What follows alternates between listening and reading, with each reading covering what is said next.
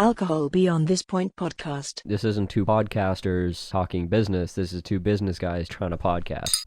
You like your ice cubes there, buddy? Willows is the indomitable host of the day. He did not make any ice. So I am drinking chipped off the side of mini fridge freezer ice. You know the kind. I just chipped it off with a knife that probably wasn't clean either, but it's probably fine, right? Great, yeah. Well, how is it different than other regular ice? We're going to find out. We're going to see if it's any different. I'm going to let you guys know if it negatively affects the taste of my mango habanero Old Smoky Tennessee whiskey. So he just bought, he comes in with a Liquor Mart bag and he says, "You're going to love what I have." And I said, "I probably won't." And it's what is it? It's an Old Smoky Tennessee mango habanero whiskey. And you want to sip it? I Not think save it for shots? Both? Okay. 40%? I would assume or lower. So. Well, with mangoes and shit, I don't know. It is 35. Called it. My name is Willows.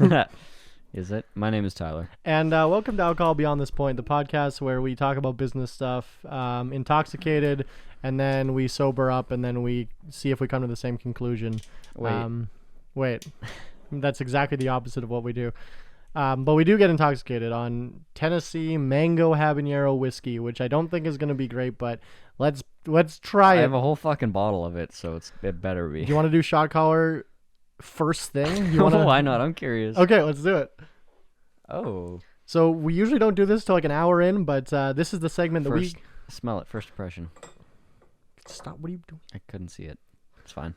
Mike's in the way. Oh, it actually smells good. Yeah. Okay. This is the segment that we call Shot Collar, the segment where you, the audience, can pick the shot that we take. This week's episode sponsored by Old Smoky Tennessee whiskey with their famous mango habanero whiskey. Usually we do this segment a little bit farther in, but we are curious of what the fuck this tastes like. Yeah, and we didn't want to waste the only 2 ice cubes we had by pouring shitty whiskey into it. So if this isn't good, I also have some backup cognac for us to sip. Thank God. Okay. Cheers. Salute.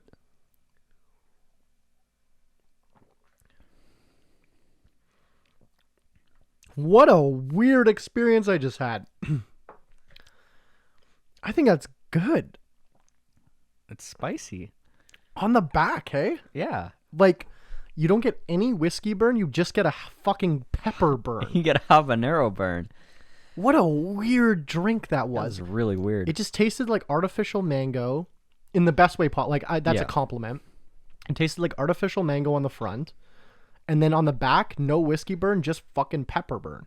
Yeah, it's really smooth. What a weird fucking drink. I'm going to sip this and see how bad it is or good it is. But either way, this I think is going to stay in your bar. I don't want to take this home because it's going to sit there forever. That's fair. It's going to sit here forever as well. That's exactly the point. We can just keep shooting it every so often on the show. We'll have like a guest and we'll give it new shots. This is like the classy bitch version of Fireball. Ooh, actually, that's an interesting take. Yeah, I don't know. That's a weird thing. So here we are. Did you reload the ice? Yes, I reloaded the ice. Thank you. How long could it possibly take to make ice, right? We're gonna find out. So anyway, welcome to episode 37. We're starting off good because we've taken a shot. We'll probably take another one. Because usually, like around the end of the first topic, I'm like, let's transition into shot collar. Let's do a shot, get loosey goosey. So now I'm probably gonna want to do the same thing in like half an hour. So. Sure, Perfect. I'm down. I'm gonna crack a fucking craft beer instead of this bullshit. What you're fucking. Yeah. Yeah. So we just took more shots than the Afghan army did last week. Oof. And that's all I have to say about that. Anyway, so transition. Yeah, I mean, like, what is there to say, right? The U.S. boondoggled the Afghanistan for 20 years, and then, right, like, what's there to say that everyone already doesn't know? Yeah, I mean, oof, Ooh, mix it, make a cocktail. we'll see. Yeah, I don't know. I don't think there's much to say. I There's- think there's- everybody knows it was a dismal failure, and like it. What was our friend sent us an article, and for 12 years now, the people in the government whose job it is to analyze the effectiveness of a campaign have been saying this is like an utter failure for 12 years. Yeah. So it's like, okay. Yeah, it is like there's no opinions we can give that My you favorite haven't heard 100 times. My favorite part to reiterate is just that, obviously the U.S. didn't go on a murder campaign. They went to go stop Al-Qaeda, right? So obviously there's gun battles. They executed some people, but it wasn't just like a murder campaign, right? Well, they threw a lot, like thousands of them just in jails, right? which are now under the control of the Taliban. Which have and- now been opened completely. There's like 7,000 Al-Qaeda and Taliban fighters that have been just released, and it's pretty fantastic. This is just a story, so don't. This may be true, maybe not. But a friend of mine I believe it. was born in Afghanistan, moved here I think when he was like 14 or 12. Like he's been here for a while, but he lived long enough in Afghanistan that he like knew what was going on, right? He didn't come over here as a child. Yeah. He was a teenager by the time he came over here. And he told me that he'd never heard of Al-Qaeda until he came to Canada and watched it on the news. He said, he was drunk, but he said to me, I think Al-Qaeda is made up. I don't think it exists. I think it's a U.S. invention because they said my region's being controlled by Al-Qaeda currently. He's like, I have no idea what the fuck they're talking about. See, yeah. So he said the Taliban's real yeah. shit. They run the whatever, but he's like, no one identifies themselves as Al-Qaeda. Terrorism doesn't really happen there. Like, he explained it to me like very similar to how Cuba's resistance happened, where they had a lot of like guerrilla fighters in the fucking desert, Right. or in the forest in Cuba's, or the jungle in Cuba's situation, right? Like a lot of guerrilla fighters would come out, fuck up a target, and then dip. Right. That's how he described the kind of Taliban U.S. kind of war. Yeah. A lot of roadside bombs, a lot of whatever, but there was no like just terrorism happening. And it like this is just a story, but yeah. Yeah, I mean, I'd like to believe that, but I mean, there's also reporters that I like to think are very reliable that go there and see these facts for themselves and verify it on the ground. Like I believe that he's telling the truth, but it may just because the period, like, I mean, guess like how old is he? My age, or a little bit so older. majority of his life, Al-Qaeda's been mostly stomped out. Like, Sure, they sure. pretty much accomplished that task by like 2009. Yeah, well, he was probably born in the 90s, though. Like 1990. Right, so he would have been a kid. Yeah. So, So maybe he just doesn't remember. or it just wasn't a thing really when he was, he may not have been old enough, and maybe his parents didn't talk to him and about whose it. parents are going to be like, so there's these terrorists. Like, you know. Yeah, I mean, if there's an American occupation, maybe you think it would come up, but it's, I don't know. I believe that he could get through life in Afghanistan without hearing about them. Sure. I Yeah, find like- it hard to believe. It's interesting when I hear like my I went to school with a girl from Ukraine, Yeah. and she had only been here for a couple years. Like fresh immigrant. Her parents like didn't even speak English. Like they were like real immigrants. And she would say like her family would watch the Canadian news, and then after it was over, switch over to the Russian news like every night. Mm-hmm. And it was so different, like what Canada said was happening and then what was actually happening. Well, also Russian news is notoriously completely compliant to the Kremlin. State run, right? Yeah. Fair point. But then like she was from close to Crimea or whatever. Yeah. And I remember when that whole thing was happening, we were in high school when, I guess it's been happening for a while, but when like Russia was like, hey, this is actually ours, right? Whatever. And she's like, well, yeah, of course it's theirs. Like, apparently, like, and this is just another, hearsay, but like, she was saying a lot of people that live in that region are like, yes, please let us go back to Russia and don't want to be part of Ukraine. Yeah, no, there definitely was that part of it. But then you watch the news here, and the way they're swinging it is like it's like fucking Germany 2.0 trying to seize fucking Poland. Of course, like, they have to say that because Russia is another world power, and they have to talk shit about them.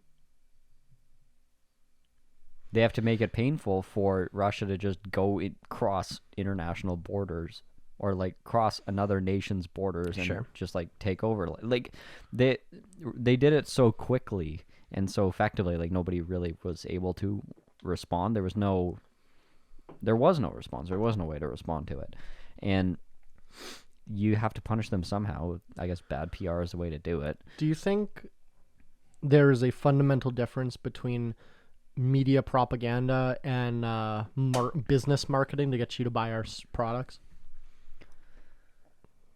Is there a fundamental difference? Yes.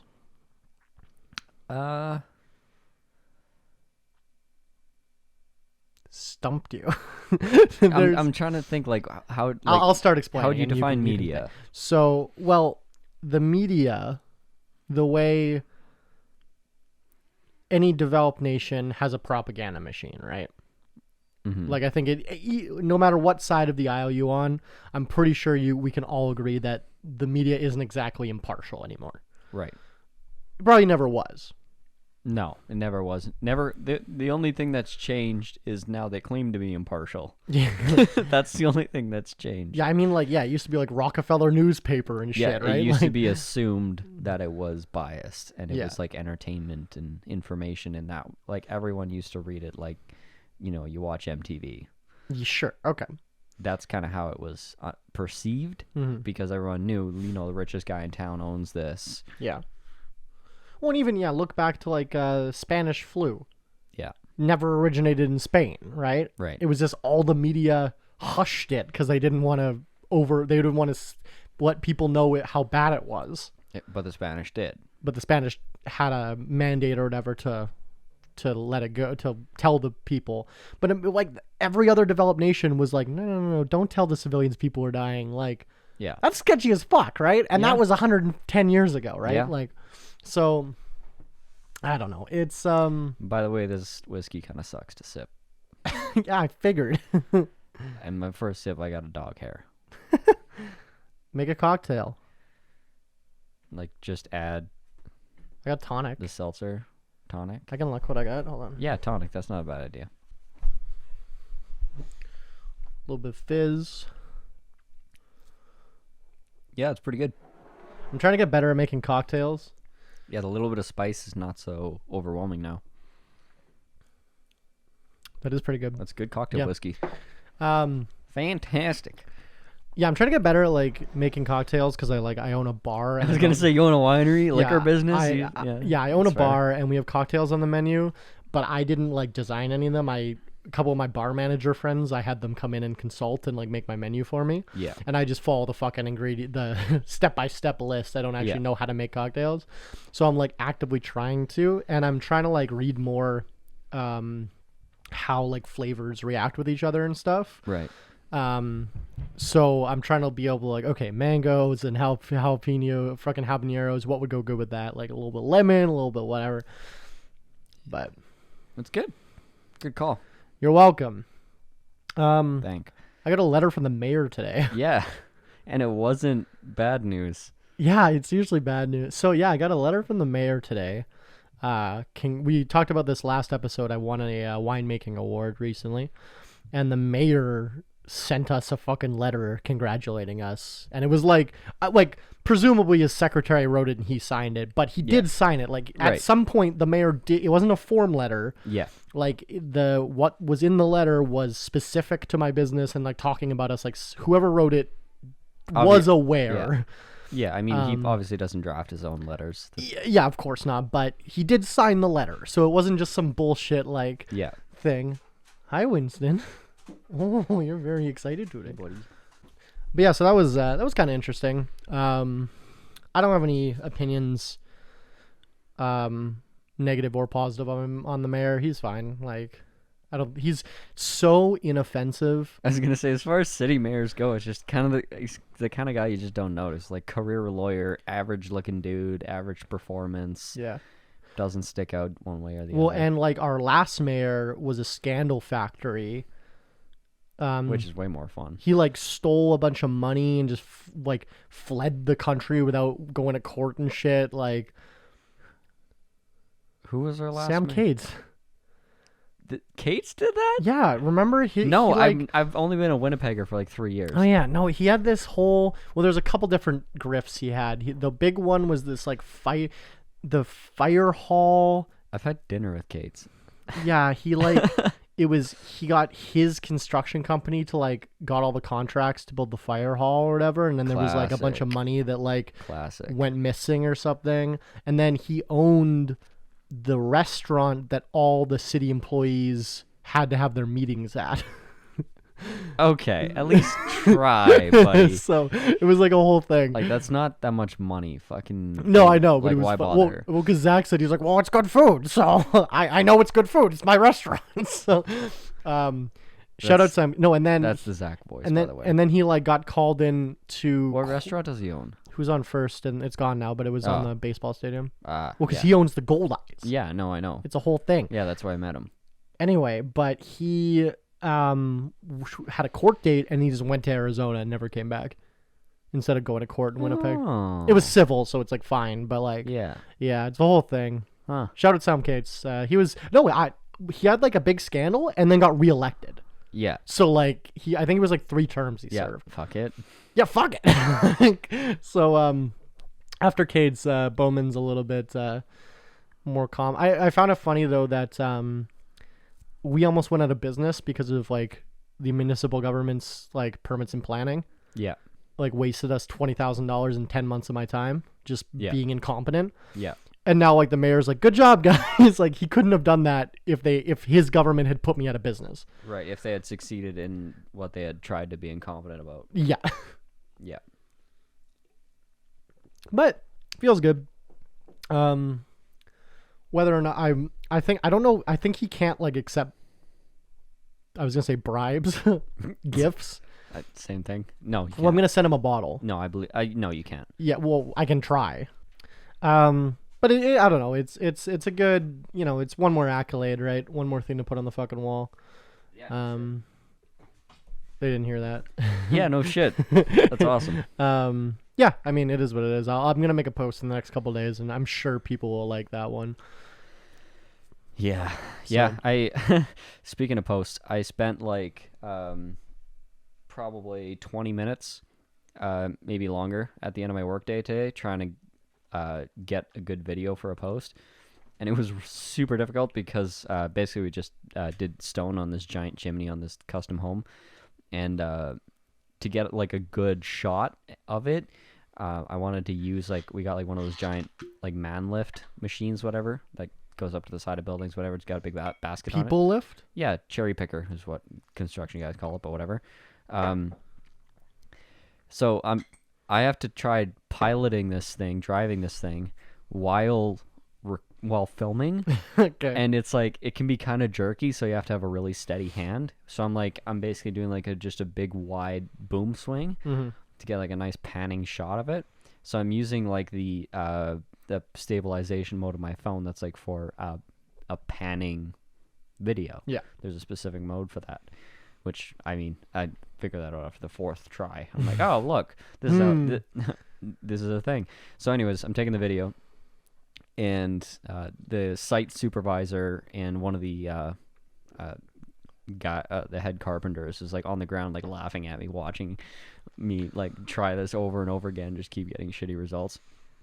And I'm like, fuck off, this is worth it. Like, we're gonna spend 7 days slogging away, sweating our asses off in the sun. I'm gonna get a good fucking video of this thing, and I got a boom. I'm gonna do it. So yeah, I took the channel my inner Willows, and I took a sweet video of it, posted a reel of it, and I uploaded it when I walked into the room on like a basic reel post. Did you put music? Yeah. Okay. I'll get over 1,000 views minimum. Yeah, I do them for random shit all the time. Yeah, and it's as compared to posting a story or making just a regular timeline post. Yeah, you get probably 5 times the engagement. Yeah, I get about views. 200 views on a story and about 1,000 on a reel. Yeah, so fucking do them. Yeah, Even if you look a little silly doing it. No one gives a shit. And you got to stay a little bit later at the end of the day. You know, you got to do that extra 10 minutes of work. Fucking do it. Yeah, I think that you know me, like I always thought that I still think that documenting everything is very, very important. Yeah. I do it on my personal social media. That's why I use like Snapchat so often.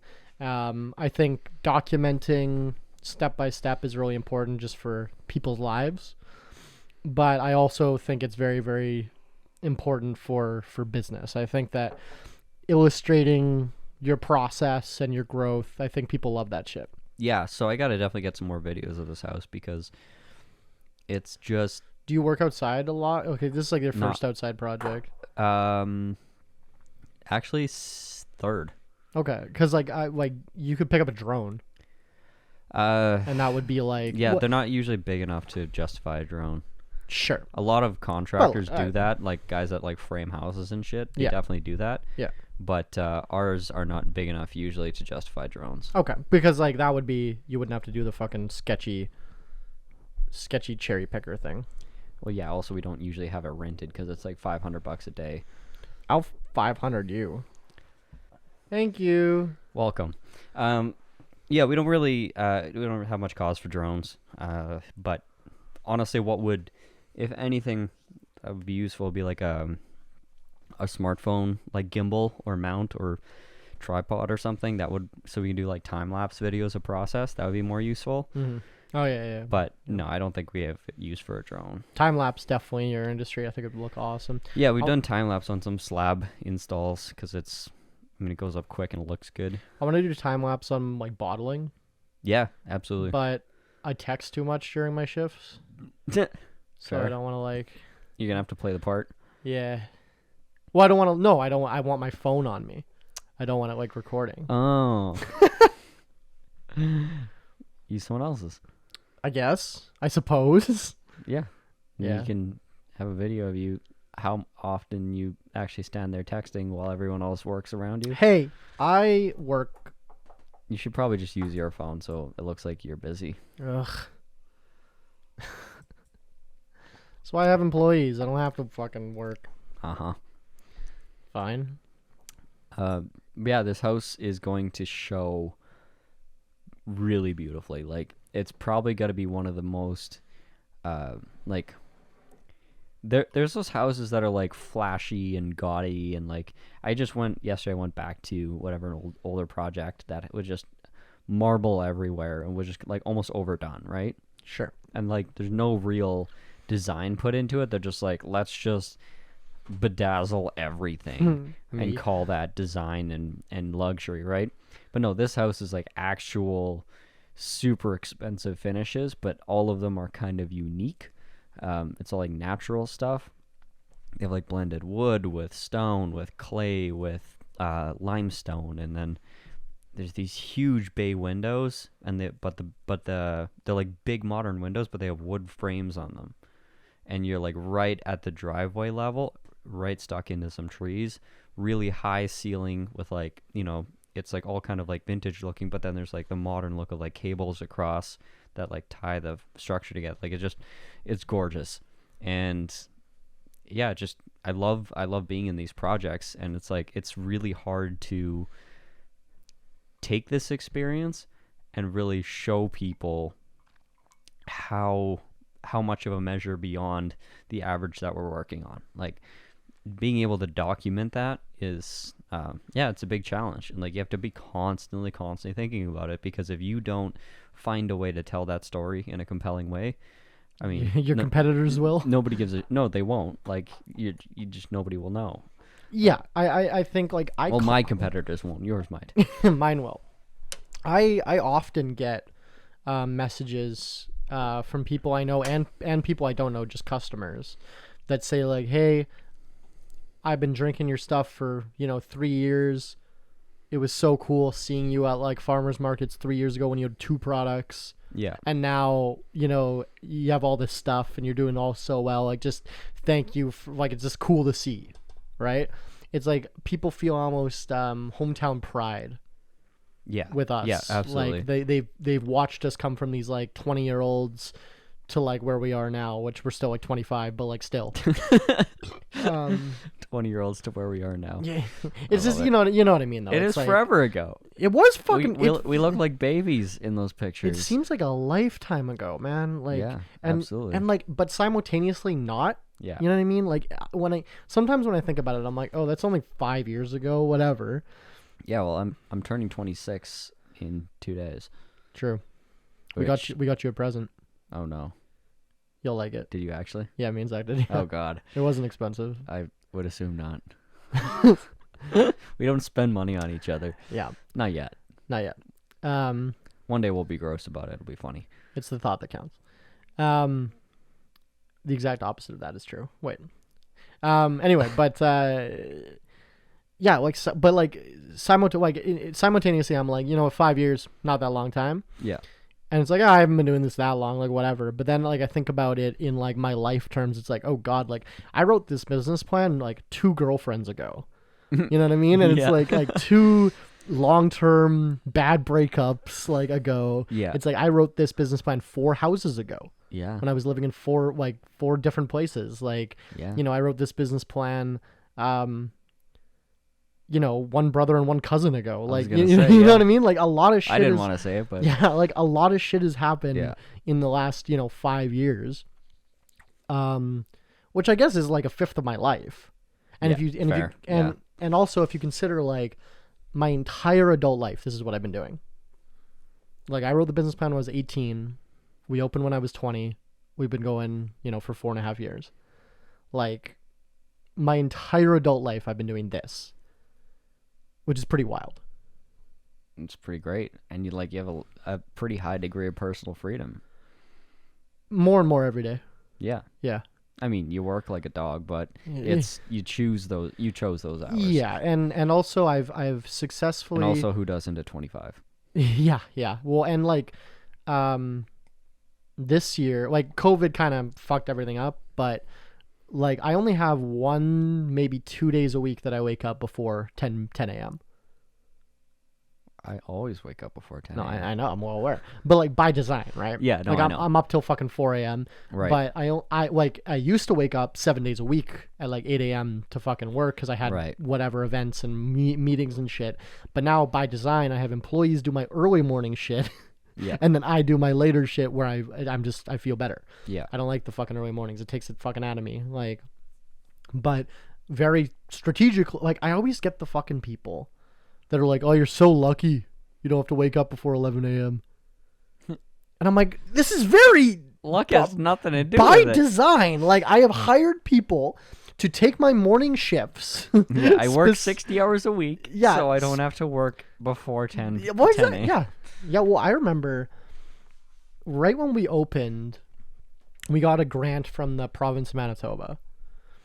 It was like a $5,000 young entrepreneurs grant. Yeah. I don't think the program exists anymore, but we got this grant, and part of the grant I had to write down all the hours I worked on the business. I had to do like a daily log of what I did that day. Yeah.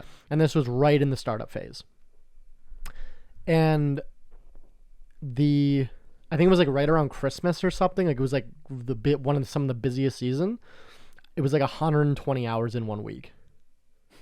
And there's 168 hours in a week of like total time. Right.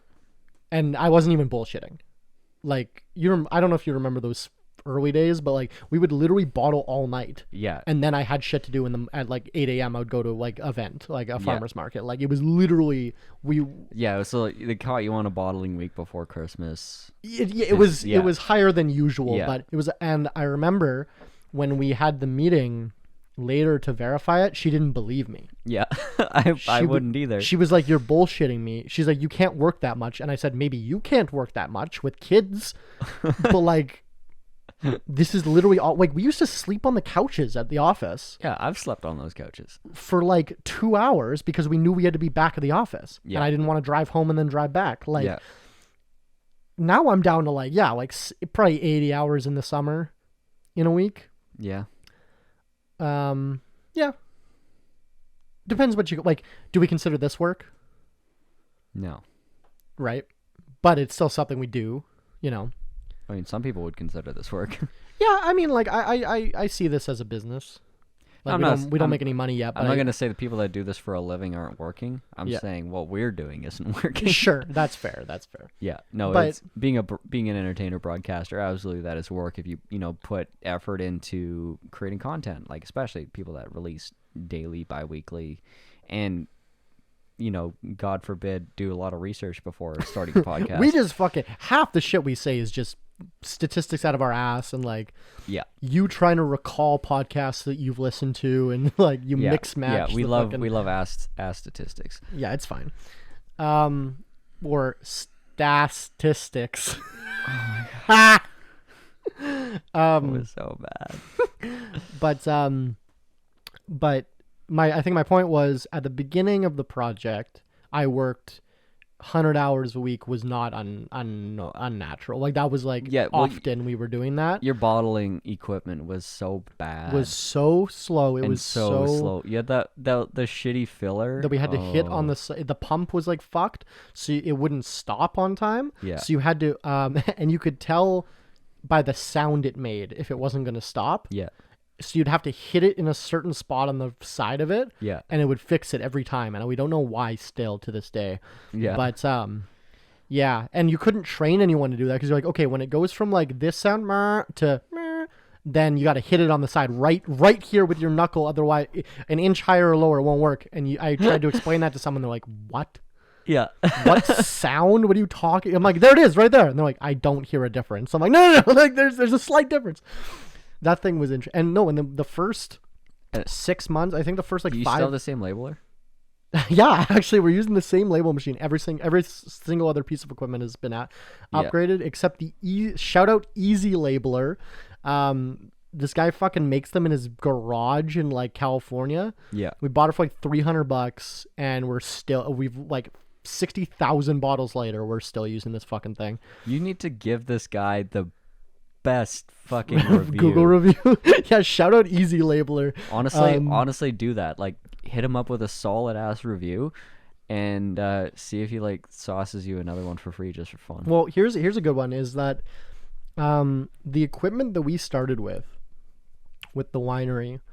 One time we had like I forget what it was. It was like it was like I think the corker that we had between the hand corker and the one we have now. Yeah, that Dave Rapal corker. The pneumatic one? No. We have a pneumatic one now. The other one was like, just I think electric. Like it was shitty. Maybe it was pneumatic too, but it wasn't this. We have a pneumatic one now that's better. Yeah. Well, we did. I just my favorite was the bottle capper. Oh god, that would just yeet bottles across the room. Oh no, that's the one I'm talking about. Yeah. Oh no, that's a different one. The capper with the spinning head. That was terrifying. That was a bad purchase. We bought it used and it was broken when it got to us. Just screw cap bottles in general. Yeah, that was a bad purchase. But whatever. Anyway, but one of these bottlers one of these corkers we had, we reached out to the manufacturer because we were having some weird issue with it. Yeah. And he goes, yeah. Like, how many bottles have you corked with it? It shouldn't be doing that after like 6 months. And we're like, 15,000 or whatever. He's like, what? Like, is this a commercial winery? We're like, yeah. He's like, this was not a piece of equipment designed for a commercial winery. He's like, this was a piece of equipment designed for like a home brewers or like homebrew supply places that do like the cork your own wine shit. Yeah.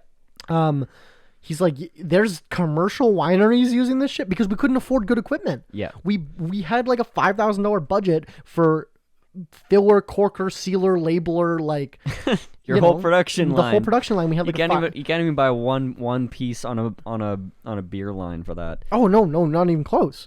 And our sealer to seal the bottles was we just put a fucking kettle on a hot plate.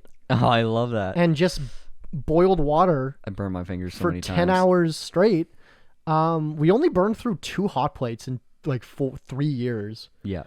I only replaced that like a year ago, like only pretty Yeah. recently, because it I know. worked. It was Yeah. a fucking kettle. It scorched 100% of it. Yeah. And we just had that running. And what we would do, we had a different electric kettle that when the level of the kettle started getting low, we started boiling in the electric kettle and then poured it into the first kettle. So then you wouldn't have any So downtime. you would never have any downtime with the steam. Yeah.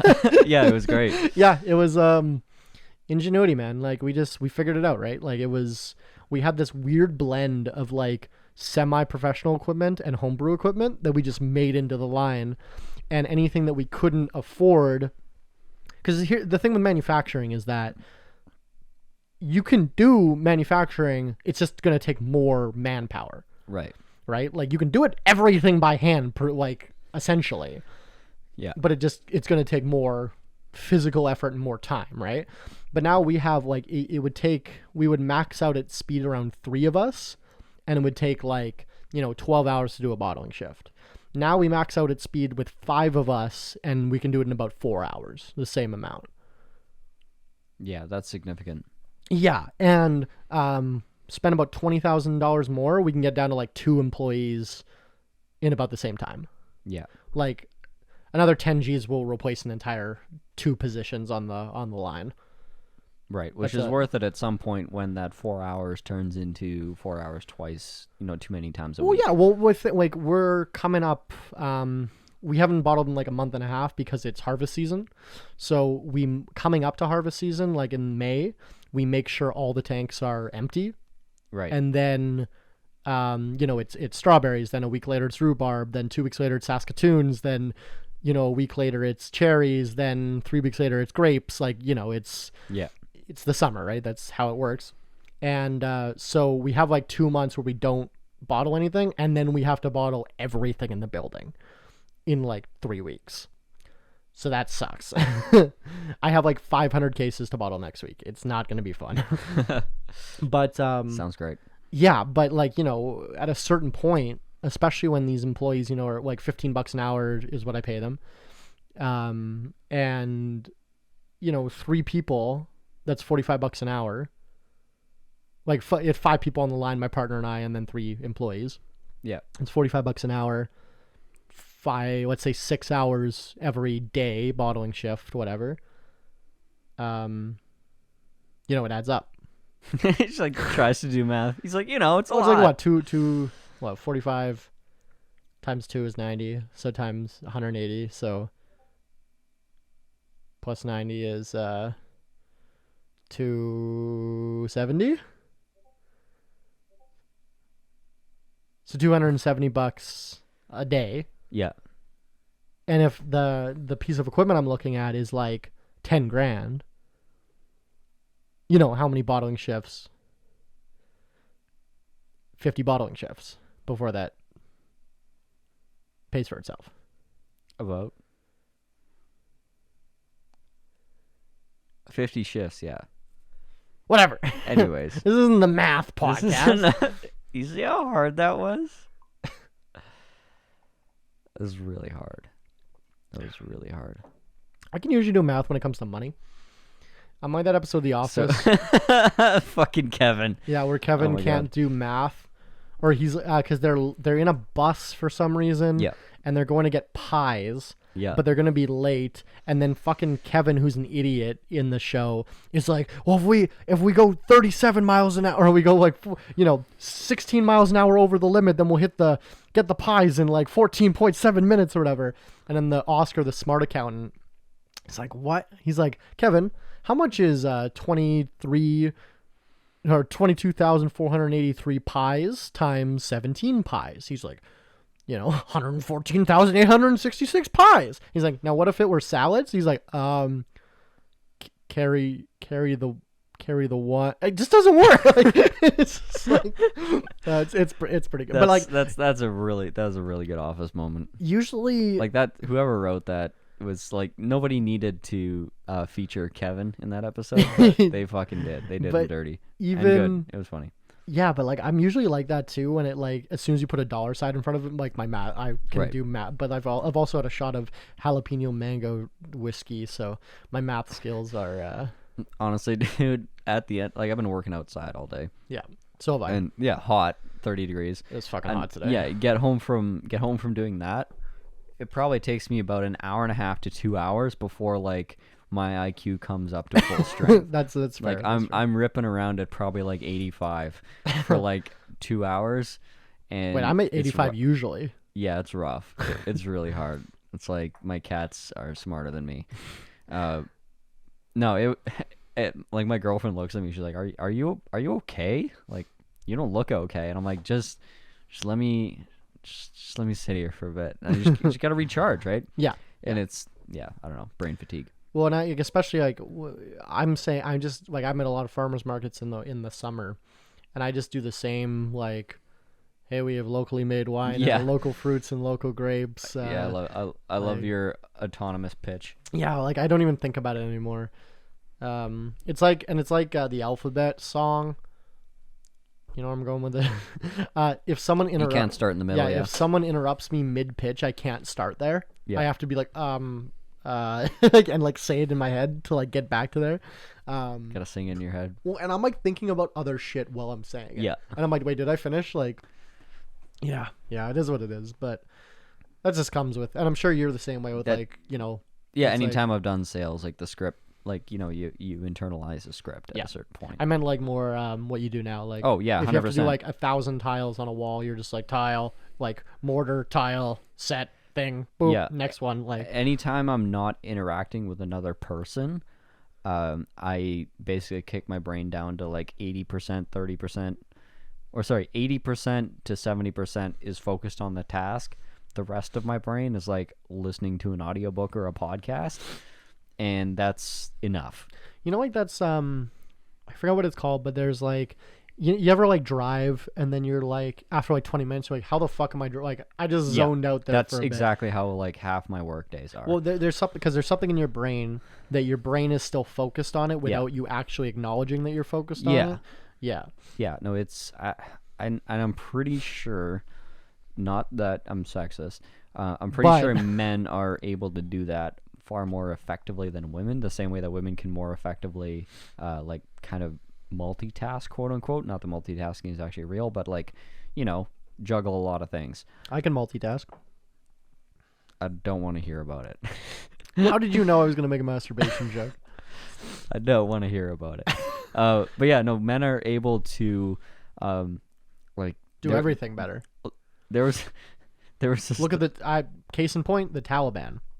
Okay, anyway, just continue. There was this I think I even said this before on the podcast, but I think there was a study where they monitored the brain activity of like a man doing a monotonous task, and the person or the people in the study were literally able to flatline their brain, like below sleep level of activity.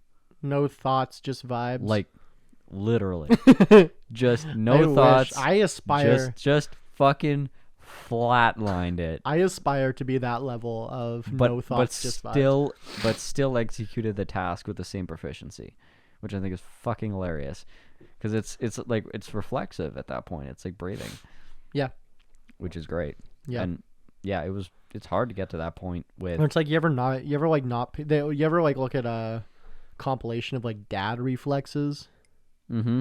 Where it's like they're not even paying attention, but then the kid's in trouble and they fucking grab the kid without even looking. Like, yeah, because you're always watching. Yeah, even though you're not like acknowledged. Yeah, it's interesting. Brains are fucking weird. Yeah, I did that with my cat the other day. Not to compare. Not to brag or anything. Yeah, no, she fell off the counter and I was just like, boop, caught her, put her down.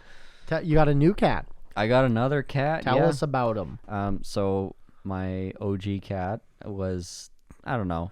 She just seemed kind of like lethargic and moody. I mean, women, right? Am I right? Right. I've said like 4 sexist things. I gotta like cats. Calm down. Cats, though, I don't know. I'm gone a lot on the weekends and work a lot, obviously all day. My girlfriend works a lot, and we both also on top of that try to have social lives and work out and podcasts. Whatever. Yeah. So cats home alone 80% of the time. Yeah. And then that we're awake, and then we're sleeping. So she obviously like acts out when she's frustrated. The other day, last time we were gone, she just literally started like tossing the house. Didn't she like rip a bunch of paintings off the wall and shit? She goes after Carly's bulletin board of like photos and like pulls the push pins out of the bored and like tosses the photos around the room.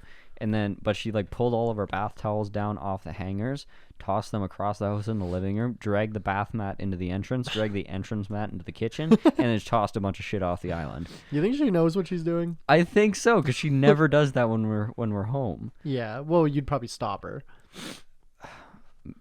I mean, sometimes it's entertaining, but That's fair. yeah, but like she definitely knows that we're not home, and she doesn't act like that usually. She doesn't even try to do that shit.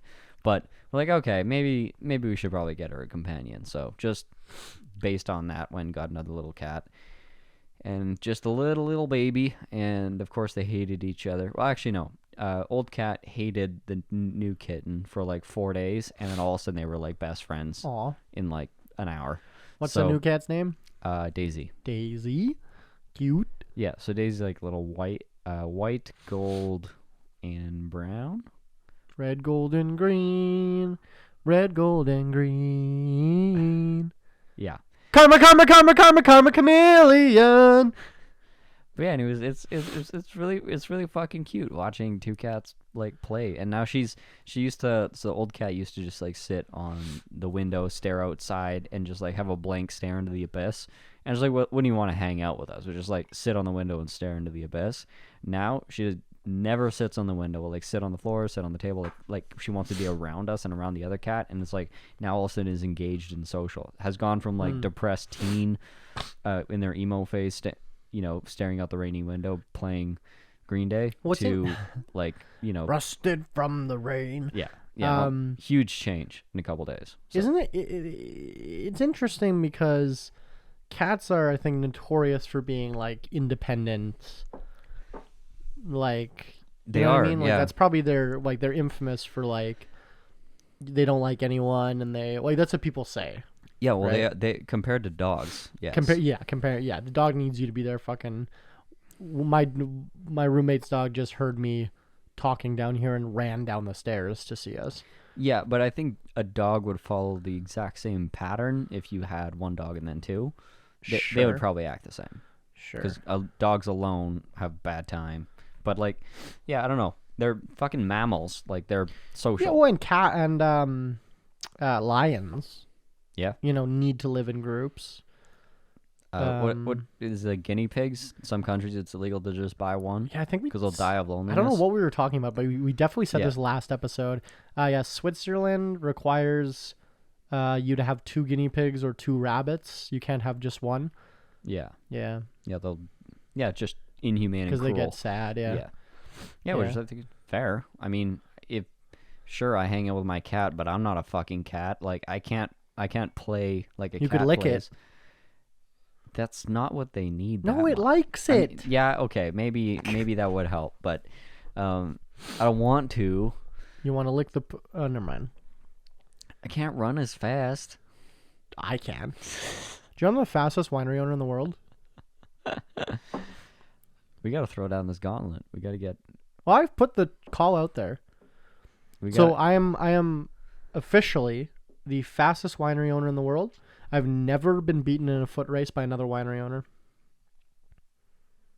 Not once. You got to get a shirt that says that. And I will. Then go on wine tours. Sure. No, and if they like, and then you're supposed to ask, have you ever raced another winery owner? No, because they're undisputed champion, I guess. Nobody wants to. And if they do, I'll put the call out there again. If an owner, 50% or more of a winery thinks they're faster than me, you can come to the East Kildonan YMCA in Winnipeg, Manitoba, and we'll run the track. What's that? You live in Spain and you don't want to come to Winnipeg, Manitoba? Well, I guess you're scared. Sounds like piker talk. Yeah, sounds like a loser. I am faster than you, I guess. Anyway, so I started saying this a while ago just as a meme. And one of the events that we attend actually posted a picture of me. It's like vendor spotlight. Willows is the fastest winery owner in the world. It was so funny. That's amazing. But yeah, undisputed champion. Beautiful. Yeah. I like it. I'm very proud. So anyway, I can outrun your cat, I think. Okay. Yeah. What do you think about these? Here, let's do this. You see these this meme or not this, like this thing was going around that it's like text your boyfriend and ask him what's the biggest animal you think he can beat in a fight. Oh yeah, we did this on the mastermind chat recently, didn't we? Yeah, this is okay. So there's a thing. It's like text your boyfriend. If you're listening to this podcast right now, text your boyfriend and ask Text your him. partner. Don't be problematic. Well, no, it only works with men though, because men are like Dumb and arrogant. Yeah, that's by fair. design, Okay, right? yeah. It doesn't work I with buy women. that. I buy yeah, that. women are gonna be like, yeah, of course I can't beat up a gorilla. Yeah, But fair. so ask your boyfriend, what's the largest wild animal do you think he can fight and win? Yeah.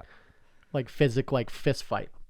And so I went through this big thread of girls doing this and posting the screenshots of the response. Yeah. And some of these fucking guys were like, yeah, I think I could take a gorilla if I was like, Oh god. prepared No, enough. you can't. It's like, no, you're like, You couldn't take a monkey. oh, no way. A chip would beat the fuck out of you. Like, Yeah. okay, but let's do it right now. What do you think the biggest animal do you think you could take in a fight? And the animal knows it's a fight. Right. Like, you Yeah, can't yeah. just fucking set Surprise set fucking Schwarzenegger traps on the fucking animal. Like, I- you are fist fighting. I think probably a cougar. Okay. Because I mean, it's number one. It's been done. Okay, but do you have to kill the animal? Yeah. Okay. It's been done. Like Sure. recently, Oh, actually, yeah, there's a there was viral a- story. A fucking jogger choked him Yeah, out. fucking he choked it out. Yeah, that Yeah, was put him in a that fucking was- rear yeah, naked like, choke and just like strangled it to death. That was in Like, Calgary, right? yeah, no, I definitely think that I could push him to shove in a desperate situation. I can see me being okay with that because I've fought big dogs Yeah. and like I know how to handle big dogs. And As long as like what's like okay, so I'm just quick tangent, but we'll get back on this.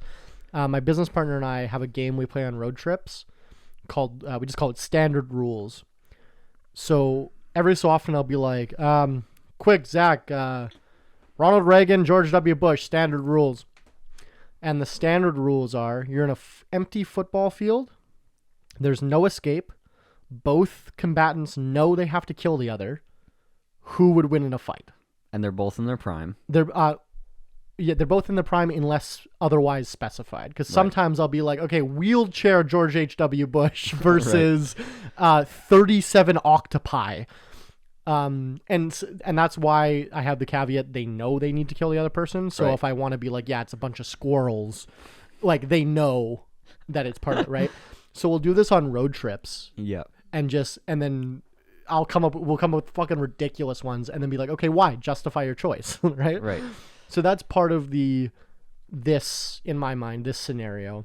It's like a would you rather fuck, marry, kill kind of. Sure, thought but experiment. the thing is, like, because a cougar could fuck you up if it jumped out of a tree and bit your neck, Oh, 100%. Yeah. right? But that's not the game. The game is you are in an empty football field. There's no escape, and the animal knows it has to kill you. You start on opposite sides, And you have no weapons. and you have no weapons unless otherwise specified. Right. Because a couple times I'll be like, yeah, it's like, who would win in a fight? Weird Al Yankovic with a fucking chainsaw, or like a baby hippo. I don't know, whatever, right? Like, sometimes they'll give him weapons just to make it funnier, or I'll say one, and he'll be like, oh, easy, PewDiePie would beat the shit out of fucking Weird Al Yankovic. I'll be like, okay, what if Weird Al Yankovic had a fucking skateboard? Like, it's like, then, okay, whatever.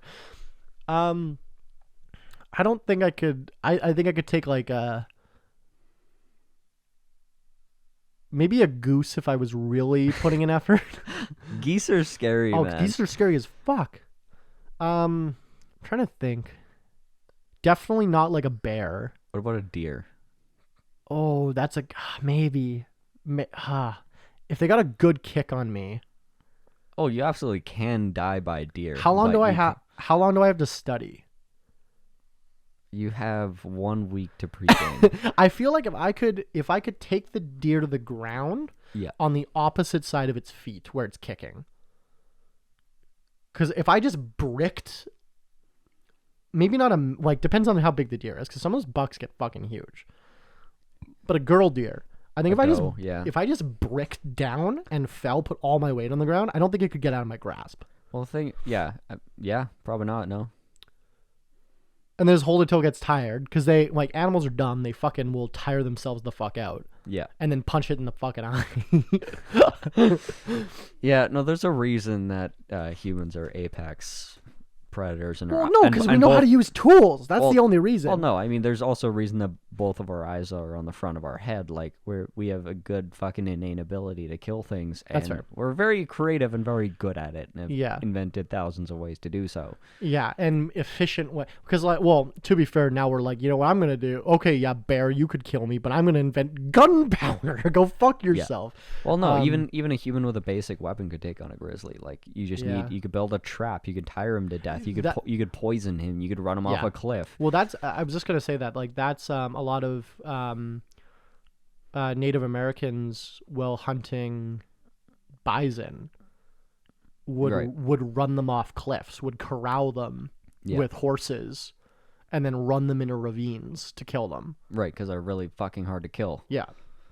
And that was, I think, before they had, like, gunpowder, right? Yeah. So they would, you'd arrows and shit, but, like, I don't know if you've ever seen a bison in real life. I have. They're gigantic. They're fucking massive. Not only that, but they're fucking fur. Yeah, they're like tough. I've. It'd be real. You would need a seriously like powerful bow. Oh, and I don't good think arrowhead you could. to. I don't think you could. Oh yeah, sure you can. You can shoot through fucking trees with Okay. modern bows. Fine, but well, maybe not like 1670 or whatever. No, whenever but the I mean, Sioux people like were- old school longbows are extremely powerful. Granted, very hard to use, but if that's Yeah. all you did for your a entire living, life, yeah, a living, whatever, whatever. literally.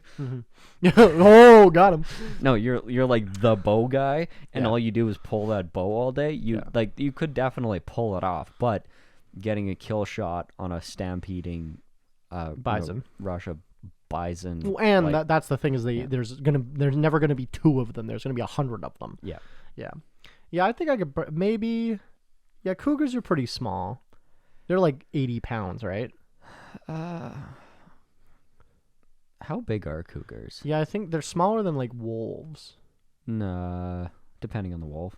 My Smaller than a timber wolf. there was actually It's probably on par with a timber wolf. Actually, there was a cougar at my cabin one time, which was Yeah. sketchy as fuck. They had to, like, the municipality sleeping darted it and fucking took it back up north. Like, my cabin's like north of the city, but that was way too south for that thing to be. Like, it should not have been there. You mean too far north? Too far south. Those things are. No, cougars are south. Hmm. Cougars don't usually come this far north. Like, they usually stay below the border. Like the American border. Yeah. Yeah. Okay, but like Yeah. it came from, like, they brought it up and back up north. I think. Okay, so they're 53 to 100 kilograms. 2.2 pounds is a kilogram. Yeah, so... Was Hun- 150 kilos? Yeah. That's a fucking big boy. 100 to 200 pounds for a male and 60 to 120 pounds for a female. Okay. Like, but for instance, Winston is 90 pounds. Yeah, so Winston would be either a tiny male cougar or an average female cougar. Okay. He is an average female cougar. He knows it. He does know it. He walks around at like 110 though. Yeah. I don't know. Maybe a small cat. A house cat. I could probably take a house cat in a fight. Bobcats are scary. Bobcats are sketchy as fuck. Have you seen or lynx? Yeah. Seen their fucking feet? Yeah, they're big. Man. They're not big. They're tiny little boys, but their fucking Their paws are like this. they're like flippers. They have them at the zoo. They're cool. You'll never see them in the wild. They're around. Lynx. You'll never see them. Too sneaky. Sneaky boy. But I- like these fucking guys saying that they can take a gorilla Oh God. Like- Get out. Like, have you seen what a gorilla can do? or like a fucking bear or like any of those fucking predators I could could see black bear. fuck you up. A black bear could fuck you up if it wanted to. Could. The thing, yeah, the thing, but like they're not that big. Like, no, but the thing with black bears, even like I think any bears, you punch them in the fucking nose, and they're just like done. They'll Yeah. leave. They'll run. yeah, like black bears are not that ferocious. No, they're not They don't- ferocious at all. They don't. They don't They'd fight. rather. But I mean, if it avoid was you. like if it was trying to kill you, I mean, you can get a black bear that like just comes up to your waist kind Yeah. of thing. It's like a large. But like their fucking claws though. Like Yeah. I don't know about that. I mean, you could probably You could probably pull off like a small adult black bear, maybe a baby black bear. I'm also like not in good shape. Right? It doesn't matter when the adrenaline's kicking in Sure. and the fight's 20 seconds long. That's fair. I guess like your fucking bodybuilders aren't going to be any more effective Well, in an maybe. animal fight. Maybe not. Mayweather just fucking bobbing and weaving around the bear. Like, They can't bob and weave. They're bodybuilders. no, Mayweather, I said. Oh. Like, Yeah, he's fighting a bear. He's just whoop, whoop, whoop. Yeah, a bear throws hands and Yeah. he just like yeah, slips it. yeah. He's like, whoop. I don't think you could slip a bear paw. They're fucking fast. They are fast, yeah. I've seen them sprint. It's like, oh god, what the fuck was that? Like, Yeah, they're like and they climb trees at like 30 kilometers an hour. Like, Yeah. there's like, but like, you got a ton of them though. Like, I see them in the cabin all the time. Like, they're nice. Just don't fuck with them. Yeah, just don't fuck with them. Don't get. They always warn you like, don't if you accidentally walk between their cubs and them, then they'll Run. fuck you up. Well, they say just you try to get big. And then they fuck you up more. It's like my favorite. That's why you date a small girl. Throw her on your shoulders. My favorite is red pandas. When cornered, they go up on their hind legs and raise their arms Yeah. to quote get larger and more threatening. Yeah, it's so But they're just cute, the though. cutest little boys, and then when they do it, they're like, "Bee!" And it's like a little teddy bear going for a hug, Yeah. and they it think literally- that's more threatening. Yeah, it literally just looks like a teddy bear The going cutest for a hug. little boys. He's like, pick me up. Yeah, they're so cute. But they'll just scream at you. They'll be like, ah! Like, it's pretty fun. They're so cute. I love red pandas. Yeah, they don't do well in the wild, do they? I don't know. I think they're endangered. Yeah. We just had a new one born in the zoo. It's a little baby one. Wow. Yeah, shame. Kind of sad. What zoos? Yeah. I think our zoo. Correct me if I'm wrong, but It's a it's rescue? it's a rescue zoo. Yeah. Yeah. Yeah, they don't take animals out of the wild. Yeah, they just all the animals that they have can't go back in the wild. Yeah. Yeah, which is I think that's fine, Yeah.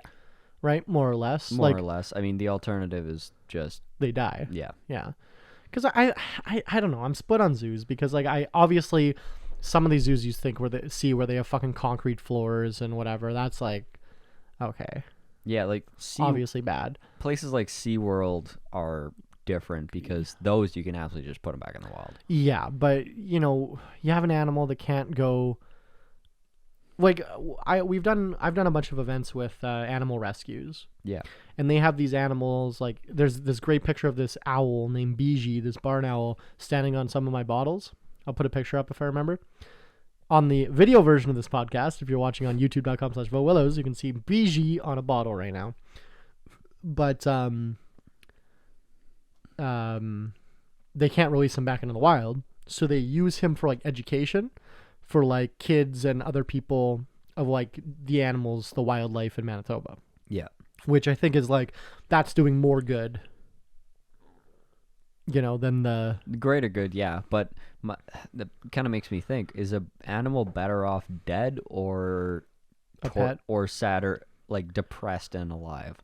That's a good question. Like I guess the question is, do most of these animals even understand their existence? I was gonna say, does morality apply to animals in the first place? Well, they obviously don't No. know anything about morality. No, that animals don't have morality. No. Yeah. So do they even realize? Like, are they depressed? Do they even know? Like the monkey at the zoo, does it even fucking care? Well, So he knows he's depressed. They can experience depression, but they Sure. don't understand necessarily what that means. Sure, but It's but are they? Because that's like mammals experience the full complexity of emotions that we do. yeah. They just don't. Okay, the have- monkey. Well, But there's I a mean, lot of animals at the Most zoo. mammals, they like that's what defines a mammal is they have complex emotions, which allows them to exist in groups and form relationships and have Sure. families and stuff. Yeah. So they experience the complex emotions, but they don't have the ability to perceive those emotions and like, what does this mean? It's like, oh, I've been depressed for a while and I'm always going to feel depressed. Now I'm suicidal. Like, it doesn't go to that point per se. They just experience that emotion in the here and now. But I guess there's something to be said about 3 meals a day and fucking medical care and like, Right. but you get that in prison too. Right. Right. So I don't know. Like I'm split. I think that as long as they treat the animals well, I'm not anti-zoo. Yeah, I don't know. It's a very hard thing to talk about because it's the people on either side are gonna be like, they don't have fucking feelings. We can do whatever we want to them, which is like kind of how Christians are, versus the vegans, which are like, they have souls, and this. But I this I fish know, you just ate had dreams and aspirations. sure, but like I've known zookeepers before that love animals. And yeah, that's most why, of them do. You and that's why yeah. that's why they get into it, so they Yeah. can just hang out with animals and they treat them good and they play with them and like Yeah, I don't much know. as they can. I don't really think I don't know. I guess I'm not educated enough on like how animals are treated. It's not like it's a fucking slaughterhouse. They're not beating the shit out of these animals. Like Yeah, so how do you feel about slaughterhouses? yeah. I mean, they kill them humanely enough, but Yeah, perfect. Yeah, but like I think what happens before the slaughterhouse is so much worse. yeah. Where, Yeah. like, the animals Yeah. live their entire I don't life know. not walking more than 10 feet. I'm split on that too. Well, here's the thing: is like I will 100% switch if they start doing the industry of lab grown meat. Yeah. And it's affordable and is the same. I'll switch. I'll Yeah. switch to lab grown. That meat. is like the most detrimental thing to climate change, period, is meat production. is meat, yeah. Yeah. And here's the thing: is like, do I feel bad when an animal gets abused? Yes. Do I care more about an animal than a human? Not even close. Yeah. Right? Like, I love dogs, and I would fucking punch a dog in the face for no reason to like save a human. You know what I mean? Like, I don't know. I don't give a fuck about, like, we're smarter than them, the cows. And Well, like, some of us. Some of us are smarter than cows, and we need them to sustain us. I don't know, whatever. Like, you can be critical of factory farming and stuff like that, but I don't think there's anything wrong with eating animals. Morally, no. Like, it's nature, right? Like, we're just, every fucking animal eats each other. We're just evolved like we were talking earlier. We evolved smarter, and we can trap them and poison them and fucking run them off cliffs. And now we just manufacture them. Because we got even smarter. Like, yeah, why run around if you can just never let them go run around in the first place? yeah, which is, I guess, sad, but like, I don't know. Do they care? Like, I don't know. Nobody can answer that. Yeah. Like, how long do they raise a pig before they slaughter it? I think it's less than 3 years. Yeah, I don't know. Like, I'm not really educated enough, I guess, to make it definitive, but I'm not losing any fucking sleep. No, I mean, you definitely don't need to torture animals. Of course, yeah.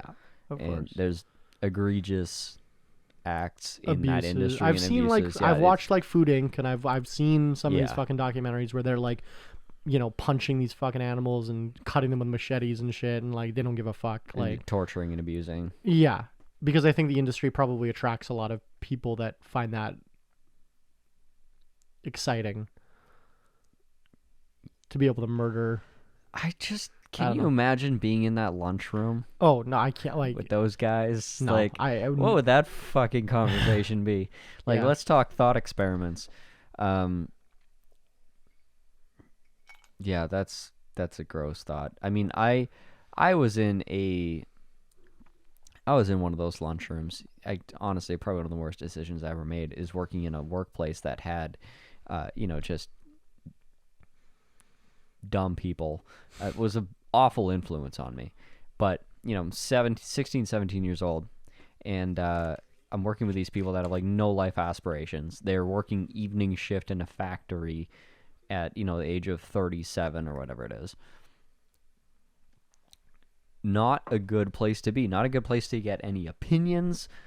Not a good place to talk about life. Not a good place to talk about fucking anything, because I don't know. It just sucks your soul dry. And I can't even imagine being in a place where people enjoy abusing animals. Like, yeah. Not that we're saying that's everybody that works there. no, but like, I think it probably, probably, like, if you know what we're talking about, the videos we're talking about. yeah, it and- probably attracts yeah. a certain type of person, right? Absolutely. Have you ever seen Texas Chainsaw Massacre? They owned a solder house. That was the whole thing. Oh. Right? I think so.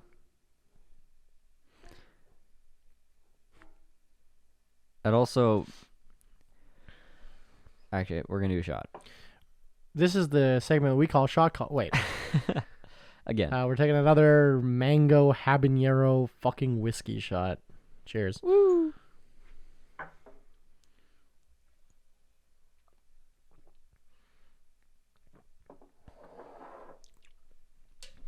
Spicy. Yeah, like I'll maintain that's not bad. It's super interesting.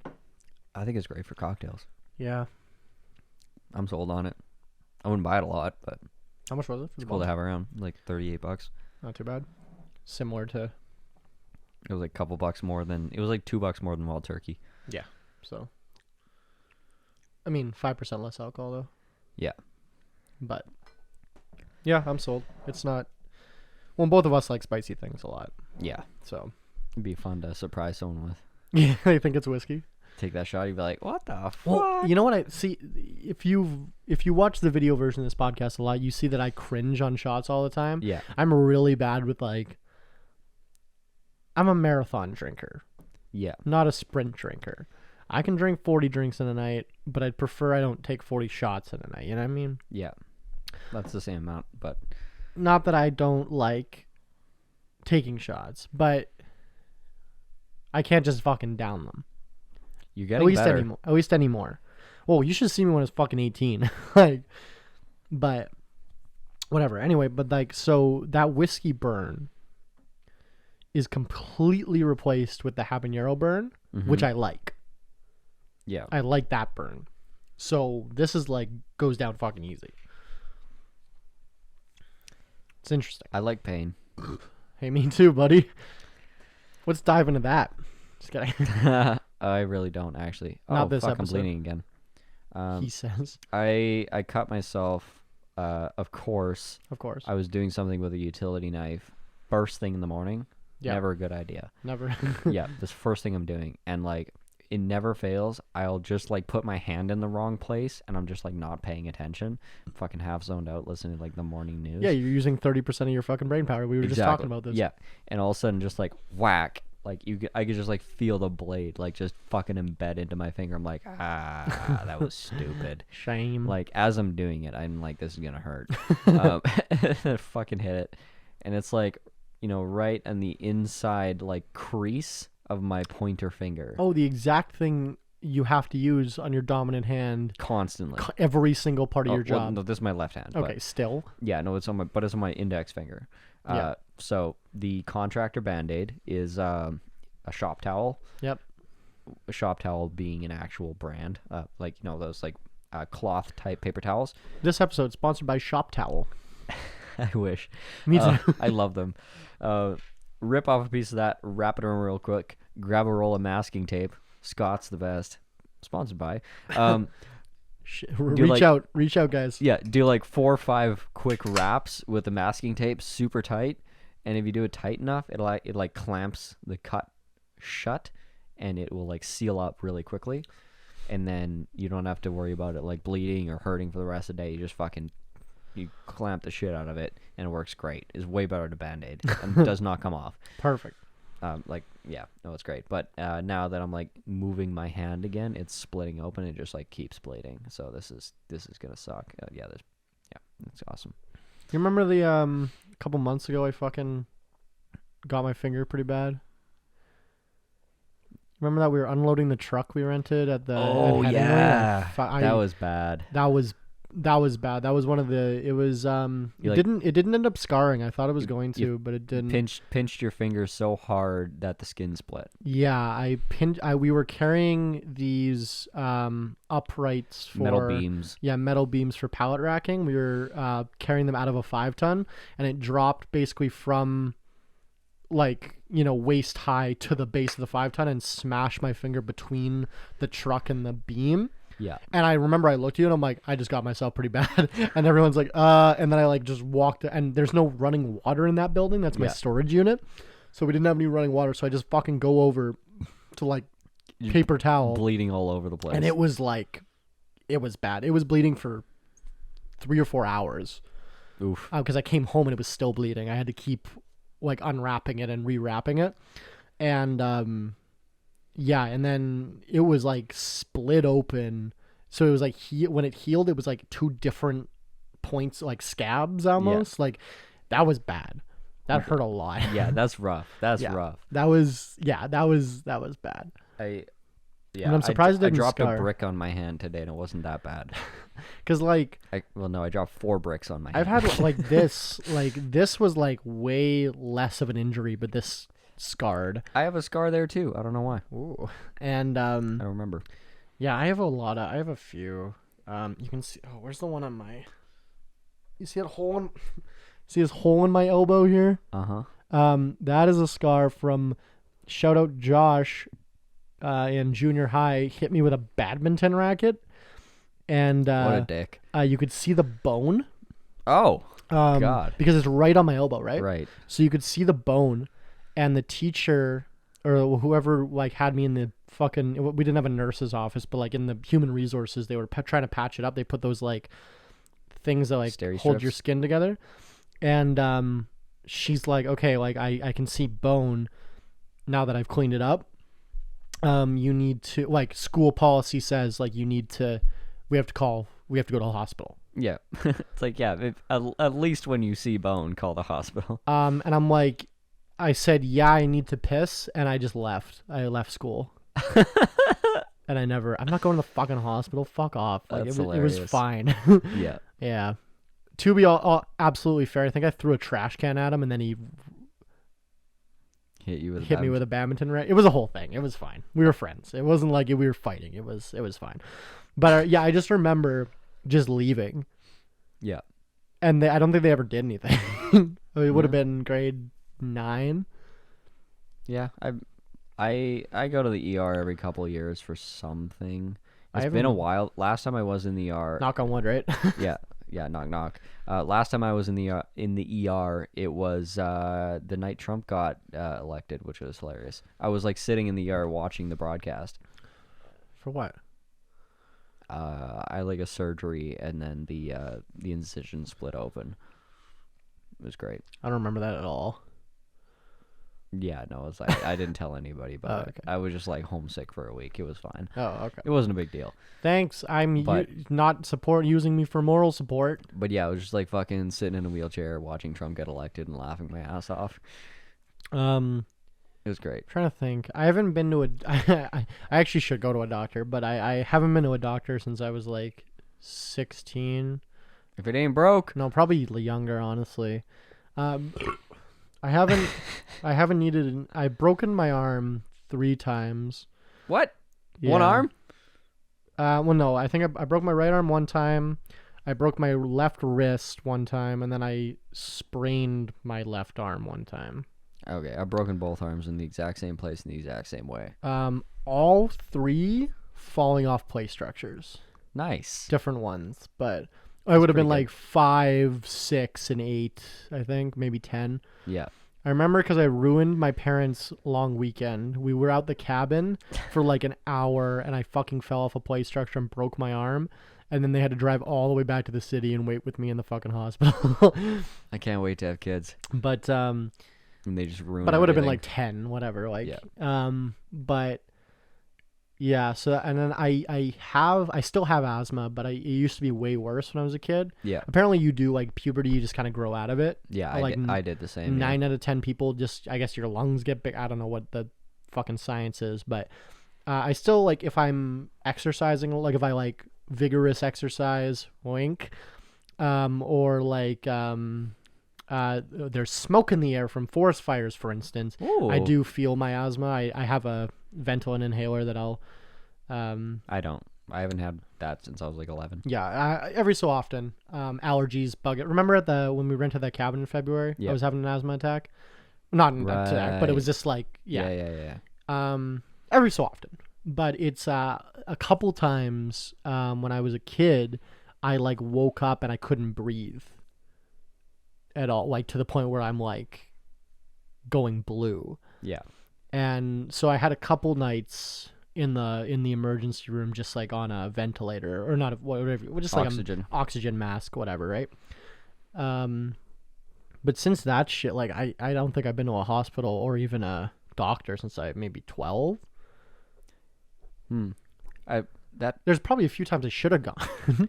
Yeah, that kind of reminds me. I don't know if I even mentioned this on the podcast. Merlin? Have I? I don't know. I don't think so. I think we were waiting to kind of. Okay, yeah, probably didn't want to talk about it. Probably but don't. He probably wouldn't want. It's super public. They've posted fucking every single detail on social media. Yeah. Okay. Yeah. It's not my family. I don't Literally every detail is on social media, Yep. so none of this is private. Yeah. But so my mom's boyfriend of I guess like 3-4 years now, long-term partner, got COVID. And of course, this was in a week when him and my mother were having an argument about the reasons to get the vaccine, and he's like, no, I'm not going to get the vaccine, I'm not going to get sick, I'll be fine. If I do get sick, it won't be a big deal.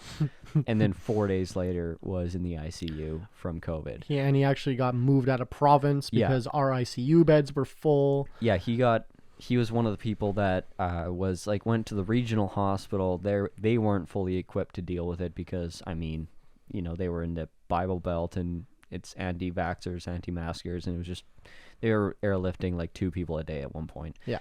And so he was airlifted out of the regional hospital into City Hospital. City Hospital then airlifted him to because we were full. Yeah, airlifted him to Ontario, next province over, to another hospital because they weren't having a surge at the time. Yeah. And he was there for several weeks. And it was touch and go. And he was airlifted by the military, by the way. Yeah. It was like in a military cargo plane with military surgeon and team. I'm going to try and hold my tongue this entire story because I wanted to say my fucking tax money. Yeah. No, literally.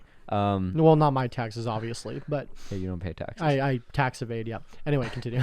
Someone's taxes are getting someone's taxes. But yeah, so he was airlifted, and the military surgeon or doctor, when they that was obviously gonna take care of him during the flight and transport, told Merlin's mother, prepare funeral arrangements. It's not looking good. Yeah. People don't usually recover from this. Yeah. And he was in a coma, wasn't he? He was in a coma for weeks. Yeah. Medically induced coma. Yeah. And they had him on wild. Yeah, they had him on 100% oxygen, and at one point they did have to flip him onto his stomach, which is kind of like a last resort, because it's it's kind of like a temporary relief, allows people to breathe more easily, but also at that point that you're flipping someone over, it's pretty high risk of death. Okay. I don't know all the science behind it, but flipping someone over is not a good sign. It's like tummy time with babies. Yeah, except it's more so I just learned about this. Oh. I don't know anything about fucking kids. It's fine. Tummy time? You don't need to. Do they like it? I don't know. They need it. They like it? Yeah. Okay. Yeah, so Merlin got his tummy time, and then we can make jokes because he's alive. Yeah, no, barely. But yeah, he pulled out of it after several weeks. I don't know if it was 5 or 6 weeks, but he is basically he's recovering. But he has irreparable damage, I think. Yeah, no, he's recovering similar to someone that had a very severe stroke. Right? Yeah. Wild. He doesn't. He's only got partial motor control return to his hands. Is he using arms. A walker to walk? I saw a picture. He needs a walker, wheelchair really to move around. Yeah. And he can kind of get around his house, but if he's got to walk any decent distance, he needs a walker or a scooter. Yeah. He doesn't have the motor control of his hands to basically when you open and flex your wrist backwards, that motor control he doesn't have. Wild. The lifting. Yeah. And also the same thing in his feet. He can't lift his feet. He can he can pull his legs up in the air, but that's from lack of oxygen to his extremities, probably, right? Or is it a brain thing? It's a nervous system thing. Yeah. It's nerve damage. Yeah. From COVID specifically does this. It causes, they don't actually know why. It's called peripheral nerve damage, but it's not actually peripheral nerve damage. It just behaves like it. Okay. So it's another one of the things about COVID they don't actually understand but yet. But it's a 99.9% survival rate though.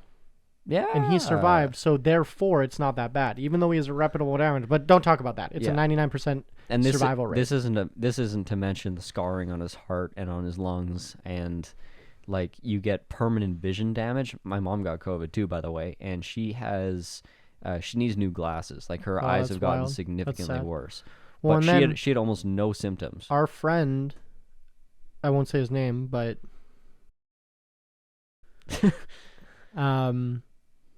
still doesn't have all his taste back. Yeah. He had COVID a year ago, and he still doesn't have all his taste back. Yeah. And they're saying it might never come back. It might one day it might just be back. One day, but there's actually a lady who wrote and released a book on how to rebuild your taste sense back.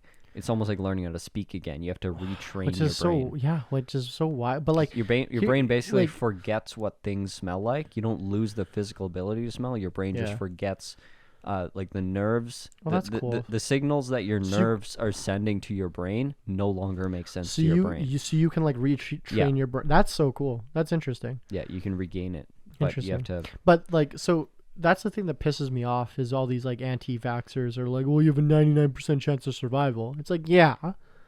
But yeah, the permanent damage crowd is pretty big. Yeah.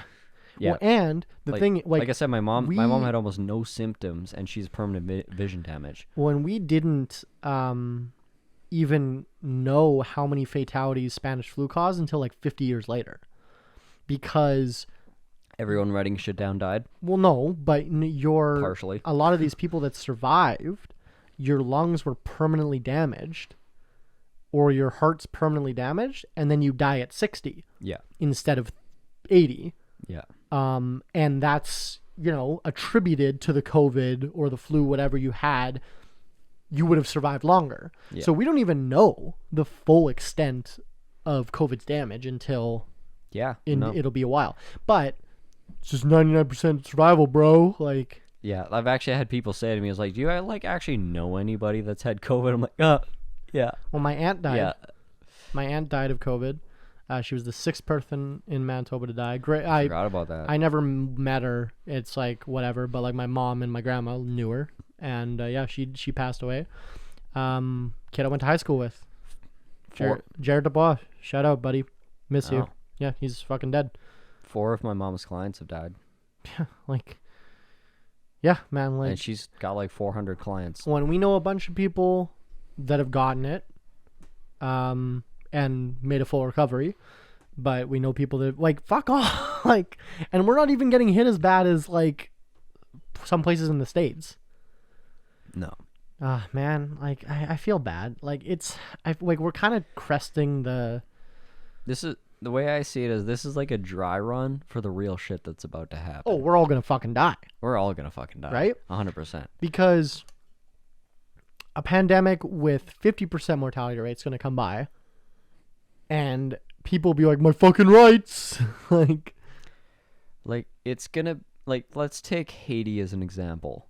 So Haiti just had their president assassinated. And then had an earthquake. And then like 2-3 weeks later had a 7.2 earthquake. I think between last episode and this episode, they had a pretty bad earthquake. The death toll is currently at about 1,200. No, 1,700, 1,800. It's like 1,800 today.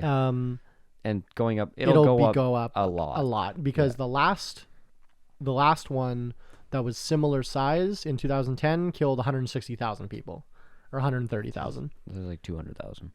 Okay, whatever. No, I think it was like 130. I just was looking at it. That's a fucking lot of people and billions of dollars of damage. Right, and they still haven't recovered from it. And then they had a giant storm in 2016. Yeah, that they still haven't fully recovered from. And then they had this earthquake, 7.2, and then while they're doing the rescue efforts, they got another typhoon. Just recently, this couple days ago? Like now. Oh, shame. So they're like, they can't properly pull off rescue because the typhoons are so bad they can't fly. I don't want to be this guy, but like, is there a certain point where you're just like, let's not have a civilization here. Let's fucking move. That's where I'm going. Yeah. So I think most of the, half the world is gonna have a Haiti in like the next 20 years. Well, actually, here's a good maybe. I hope not, but I hope obviously probably. Obviously, we care about people. We care about the Earth in general, but not everyone agrees. Let's think. Is it fair for like Haitians or any nation to have to like move from their historic? Okay, like here's a good example. Oklahoma, USA, is the highest per capita tornadoes in the world, and also the highest per capita trailer parks in the world. Amazing. Why? Why don't people just move out of Oklahoma? Because it's my fucking home. Fuck off. Right? I shouldn't have to move out of Tornado Alley. Fuck you. Like segue in TikTok video of Oklahoma girl saying Oklahoma City Braves, whatever their team is, in an incoherent accent. Yeah.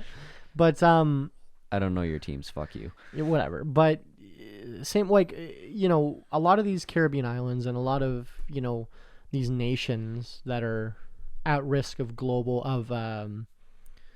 climate change fucking them up.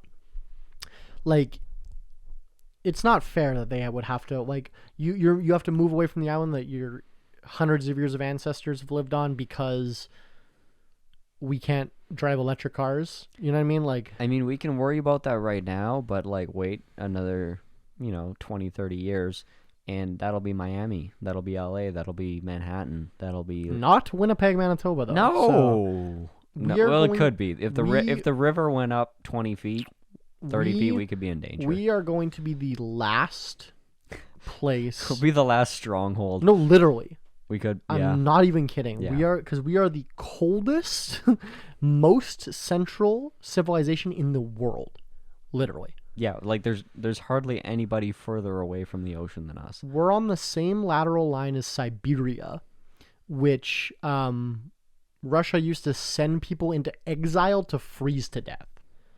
And we're just like, yeah, fuck it. Like, so it looks like a good place to settle down. And like up north.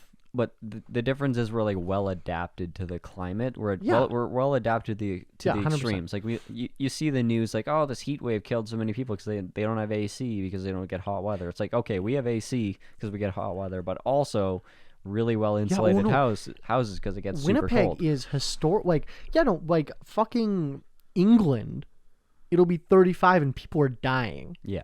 We have last 2 weeks we've had 37 Celsius plus every single day. Last 8 weeks. Yeah. We had like 1 week of dip, but yeah, it's been like 30. This is the hottest summer I ever remember in my entire life. It is the hottest summer ever. Yeah. And it's the lowest amount of rain we've had in 150 years. And it's the hottest summer that the world has ever experienced. So whatever. Anyway, but not to get into climate change debate, but debate. It's been 37 degrees Celsius all summer, and in the winter, it's minus 50. Yeah.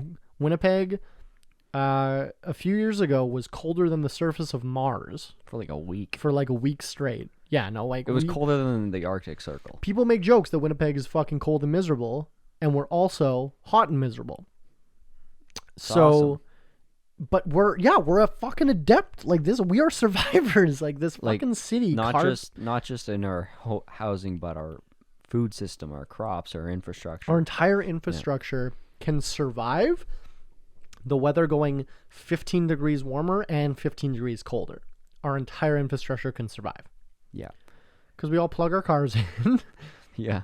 Well, so it'll be Canada and Russia as the last strongholds. Well, it won't be Canada because the U.S. will just migrate. Yeah. north, the U.S. will invade us. And we'll just be like, we'll be like North Dakota. Yeah, the U.S. will invade us well before. We'll be New York. Yeah, well before that we'll have any productive. Pour you a half because you got to drive. Thanks. It's like in the Fallout universe. Pre-nuclear war, the Russians invaded Alaska. So then, the Russians and the U.S. are fighting, and so the Americans kept having to move troops through Canada to get to Alaska to like fight on that front. And Canada was like, "Hey, don't do that." So they annexed Canada, in Just the annexed. in the Fallout universe. I love. Let's take a shot first. Okay, we're gonna take another shot because it's only 35%. So technically, it's a little bit less. And I'm kind of, the more I drink, I kind of like this little habanero, a little Yeah, boy. it's pretty good.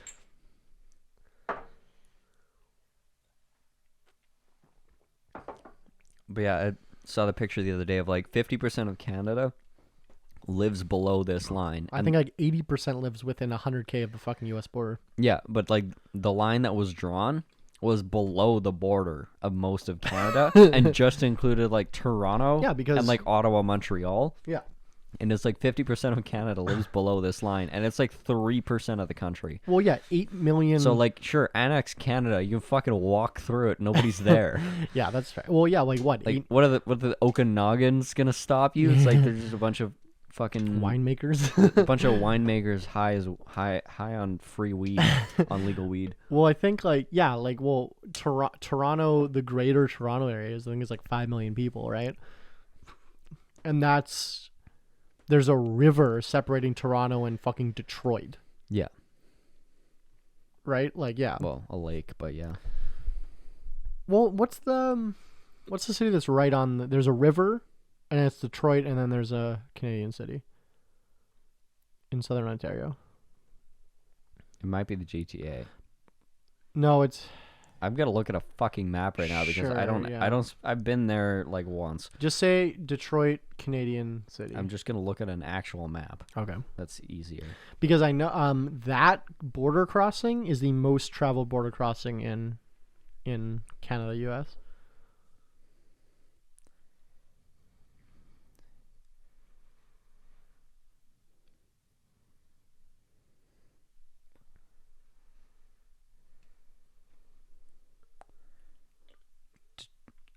Oh, Detroit and Sarnia. Yeah. That's the most traveled. Oh, I know people in Sarnia. That's the most traveled border crossing in the Canada-US. That one right there. Yeah, so Sarnia is right next to London, which is right next to Mississauga. Yeah, London. Yeah, Mississauga is it's all the same. Mississauga is right by Buffalo. Yeah, it's all the same shit. Niagara Falls is Buffalo. Yeah. Which is right next to New York. Yeah. So that border crossing is the most traveled Canadian border crossing. And fun fact, the only or one of like the two profitable via rail lines. Oh. Is like there. The other one's between like Quebec City and Montreal. Yeah. And every single other one loses money. Yeah, I believe it. That's why they're closing a bunch of them, because they all fucking lose. And then it's too expensive. And then COVID, right? Ironically, it's too expensive. Like I really wanted to take a via rail, like cross country instead of fly. I want to go to Vancouver. Yeah. Oh man, you've driven that. It was 4 times the price. Yeah, or was it 6 times the price? And what would you think about that, right? Because historically, of course, the train would be cheaper and it would take longer. Yeah. But now, no, like. It's $100. Like you can get $150 flights to fucking Vancouver from here. Like, yeah, I didn't even get cheap flights. Like it was $360 each way, and it was, probably about. It was half of my vacation budget would have been the train. Well, last time I flew, and that was for like a shitty cabin. Last time I flew to like Victoria, I spent like $99 on the flight from here. Yeah. Like. Yeah. Can't beat it. But. I've driven that from Winnipeg to Vancouver. I love it. I drove that in a sitting. Yeah. 30 hours in a sitting one time. Yeah, so did I. It's fucking awesome. But you follow the train a lot through the Rockies. Yeah. You can see it across the river, like across the way. Beautiful. It's going through these man-made tunnels through the fucking, they like dynamited tunnels through shit, and you go through these fucking these tunnels that are like a foot above the train. Yeah. Like, and I went in last time when I did the drive, it was Louis Riel Day. I remember. When is that? Is that fall or spring? Fuck, I don't know. I think it's fall. Okay, whatever. It was on one side of the winter. Yeah. So there was no snow, but it was close enough to the winter that there was snow up in the mountains. Right. So it was this cool, like, you slowly start going up and up into the Rockies, and then you just see snow, and you're like, wait, it's not winter yet. But it's snow up in the mountains. And so this train is like cutting through the snow, and you see it coming up on the tracks, and it's Oh, that's I love so that. cool, so cool. I would love to Speaking of Louis Riel, shout out Louis Riel. I met one of the You met Louis Riel, yeah, Louis Riel, yeah, in one the of the flesh. yep, one of the guys that's he does the concrete grinding and refinishing on for the same contractor I work for. Yep. And so he shows up wearing Louis Riel shirt, you know, Yeah. the one that's like just like a silhouette. Just the bust of him, yeah. Yeah, just a silhouette of the bust. Yeah. And he's like, I don't know, like I commented on it. He's like, "You're gonna love this." Pulls out his phone, shows me a picture of like, he's like, "Yeah, this was me this morning." And it was his, I guess he like woke up and his hair is crazy. And he like put the shirt on before he's like going out to work. And with his hair like sticking up and wild, and his fucking facial hair, and then him wearing the shirt, he looks exactly like Louis Riel. That's funny. And none of us can remember his name. So, So we just call him Louis Riel. That's so funny. So it's like, oh yeah, Louis Riel. Is he coming like next week? He's like, yeah, Riel. We just call him Riel or Louis Riel That's now. funny. And it's fucking Shout hilarious out because he Louis looks exactly like him. Louis Riel, for you, those of non-Manitobans who are listening, was the founder of our province, Manitoba. A real swashbuckler. He was a Métis man who basically was like, "Fuck you, Britain. I like Native people," and Britain was like, "Well, we don't like Native people." And then he shot a guy and went into exile in North Dakota, and then came back and led a Métis rebellion. That was pretty successful. That was semi-successful, and then founded our province. So, most of my heroes are domestic terrorists. Yeah, 100%. Louis Riel, Luke Skywalker. Yeah. Fidel Castro. No, not a Castro fan, but yeah. Here's What one. about I got a lot of where's things. our boy? I gotta think who. Che Guevara. Yeah. No. Yeah. So here, I am always split because I'm a capitalist, obviously. I am always split because I don't like communism.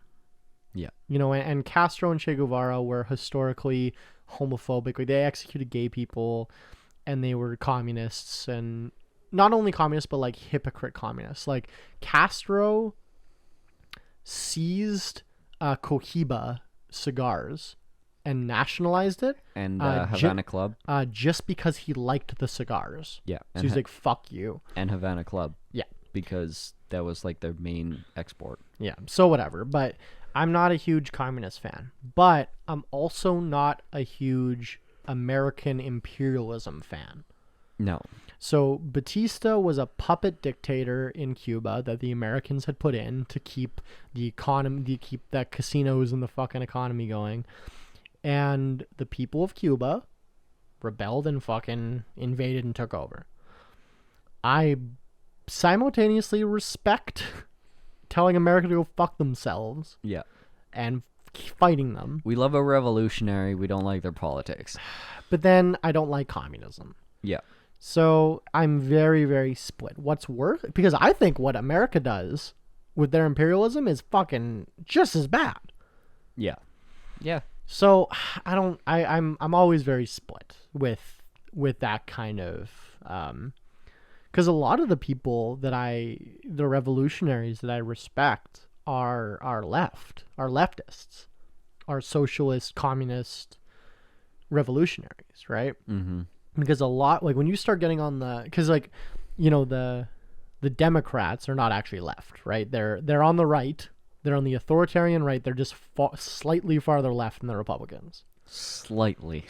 So when they're talking about like gun control and shit, like when you actually talk to a actual leftist, they're like, yeah, fuck liberals. Yeah. Like, I want my guns because I want to shoot a fucking landlord in the head. Like, yeah. So I'm split. So here's one story question for you. Our prime minister, and especially his father, had some ties to Fidel Castro. Mm-hmm. Our prime minister's father, Pierre Elliott Trudeau, was friends, I think you could say, with Fidel Castro. To the point where there's conspiracy theories that Justin Trudeau is actually Fidel Castro's son, because they look very like similar. Yeah. And there's pictures with Fidel Castro drunk with Trudeau's mom. It's like a whole thing. That's amazing. Just Google Justin Trudeau, Fidel Castro, read about it. I'm not gonna take a side either way, but whatever. I love it either way. But what was it? Justin Trudeau attended Fidel Castro's funeral. Mm-hmm. And I think, correct me if I'm wrong, I think was a pallbearer. And he was heavily criticized by like Maxime Bernier and a few other conservatives in Canada. Heavily criticized. Like, this is a fucking communist dictatorship. Yeah. And you're like, fuck off, right?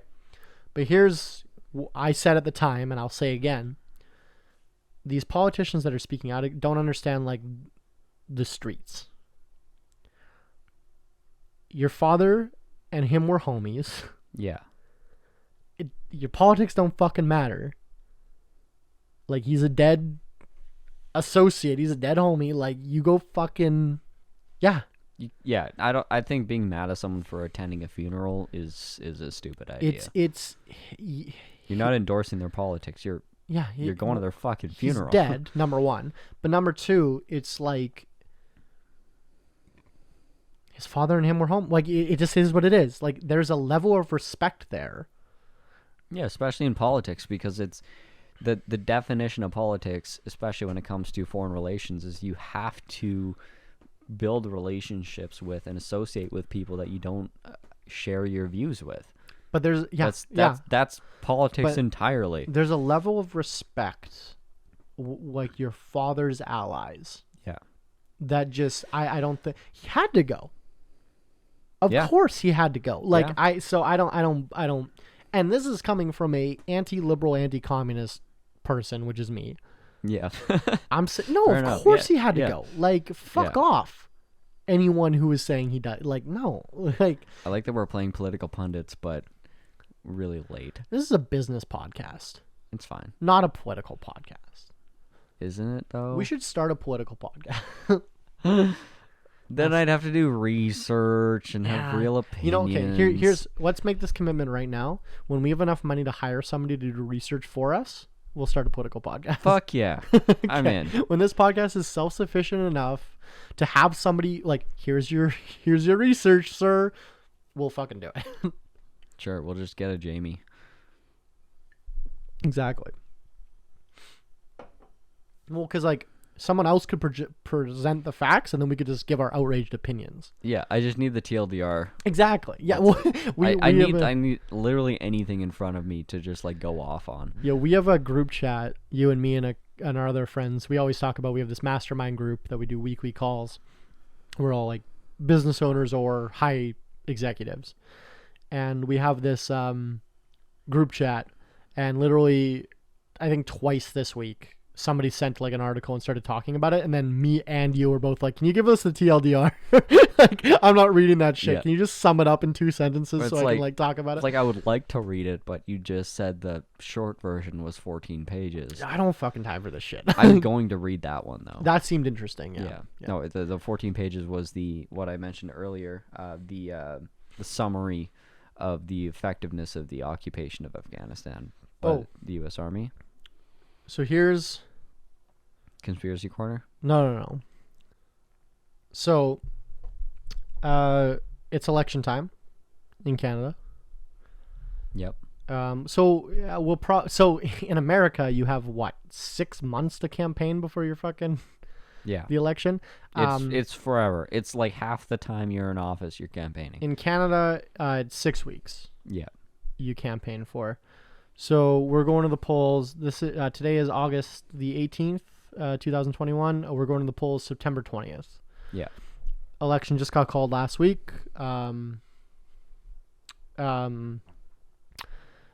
Whatever. Election got.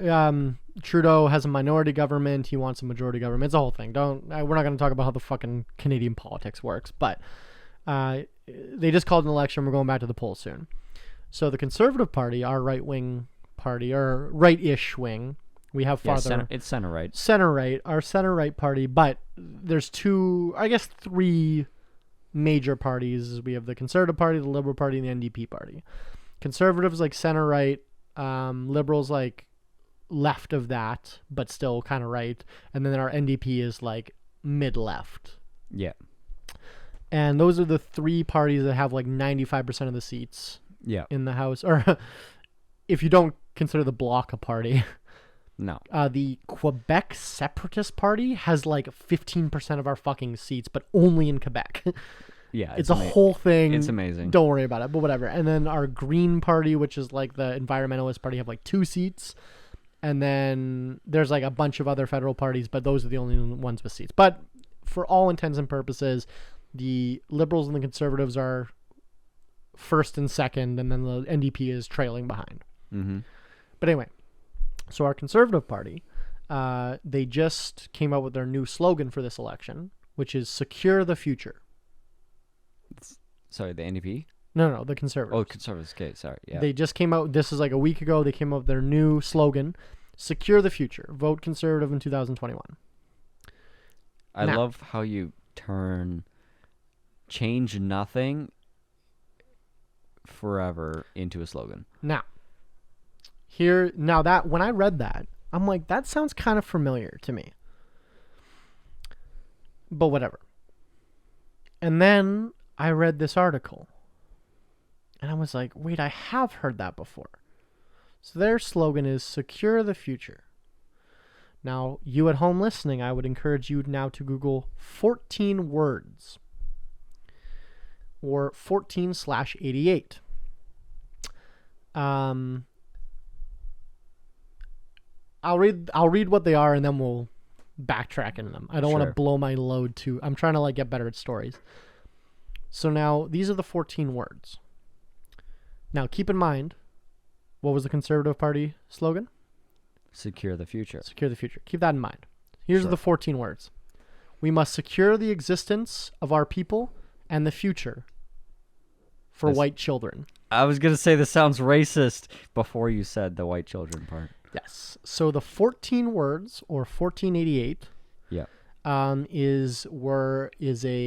the 14 words originated by David Eden Lane, who is the head of the Order, which was a white supremacist terrorist organization. I was going to say, this reeks of KKK, and I don't even know what you're going to say. They were like robbing banks to support themselves. Perfect. My favorite. They were a terrorist organization. Good, great. I think he's either in jail or dead now. But nothing wrong with that. But 1488, 14 represented the 14 words, which was "We must secure the existence of our people and the future for white children." And the 88, eighth letter of the alphabet, go. It's H. HH, Hail Hitler. Awesome. 1488, yeah. So that was his slogan for his white supremacist group. And if we'll say it one more time, we must secure the existence of our people and the future for white children. And the Conservative Party of Canada's new slogan, "Secure the Future." God, they're not even trying They're anymore. not even fucking trying. Oh, that's amazing. Yeah. I love that. It's like "Make America Great Again." Yeah. It's literally just the English translation of Hitler's slogan. Yeah. So the article I read, they're not even fucking trying anymore. Yeah. I love that. And Google everything I just said. This isn't a conspiracy. This is all true. Everything I just said is true. It worked once. It might as well it'll work again. So that's fucking brilliant.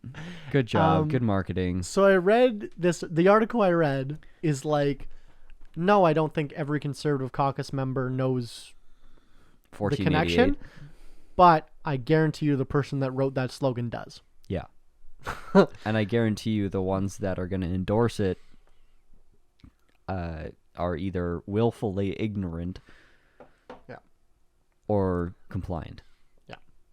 And fuck, that's so funny. It's pretty fun. And we just had but so bad. We just had a and so and full disclosure, I think our Conservative Party is pretty left. as far as like They're- conservatives Our conservative go. party is probably more left than the Democrats. Oh, they are. No, they 100% are. Yeah. Look at the quadrant. Go on politicalcompass.org. Yeah. Look at where everyone is. Our political right is farther left than the Democrats in the States. Yeah. Or at least farther down. Like the Democrats Right. are more authoritarian. Yeah. It's authoritarian, libertarian, liberal, conservative. Yeah. On the four corners. Yeah. But yeah. Well, and Derek Sloan, who is a member of Parliament for Canada. He was a previous member of the Conservative Party. He is a pro-conversion therapy, which is you take gay That people. just gave me shivers. You take gay people and you pray the gay away. Yeah, you hypnotize them and show them like porn, like straight porn, and then like show them gay porn and then fucking hit them with a ruler and shit to like try and Yeah. like get gay thoughts out of their head. Yeah, electroshock therapy. Everyone has agreed that this doesn't work, but he is pro conversion therapy. He thinks it works. Shout out Milo Yiannopoulos, former gay person. Anyway, but he's he wants to reopen the abortion debate in Canada. Of course. Which we legalized abortion way before we were like the second developed country to do it. He wants to reopen the gay marriage debate, which was never even a debate here. No. Our far right parties were like, yeah, Whatever. fine, let the gay people get married, whatever. It was never even a debate. We were like the first country to It was never a wedge issue. Yeah, it was never an issue. Even our right parties were like, yeah, that makes sense. Let gay people get married. He wants to reopen that. He wants to reopen abortion. He wants to fucking make conversion therapy legal. Anyway, Derek Sloan. That's not really much different than troubled teen industry in the States. Sure, but he recently got kicked out of the Conservative Party because he took a donation from a white supremacist group. Oh, that's crossing the line there, buddy. Well, and he can't say the quiet thing out loud. He claims he didn't know. Uh-huh. Right? They just, they made a donation. A lot of people donate to me. I don't know. That's what he claims. But now... Ignorance is never a defense. But now he has made the People's Party of Canada, which is I have a sordid history with them, let's say. Won't go any farther than that. But they are anti-immigrant, anti-vaccine, anti-mask. That's kind of their thing. So anti-common sense. Whatever. But they are farther right than the Conservative Party. Yeah. They invited Derek Sloan to join their party, and he said, "No, you're not right enough for me." Basically. Ooh. So he formed his own party, which is called the True North Party, which is funny because True North Entertainment's the company that owns the Winnipeg Jets. Oh, you can't. It's part of the anthem, right? Like you can't. I have a story about that in a second, but anyway, but he founded his own party on like no gay marriage, no abortion, whatever. So we'll see how that works. You'll probably win eventually. Well, he's a sitting MP. Like he won his seat. Yeah. And he's like one of the youngest MPs ever. He's like 36 or something. Mm-hmm. Like there were these NDP MPs that won because they were just running random people in these bullshit districts that they never had a chance of winning.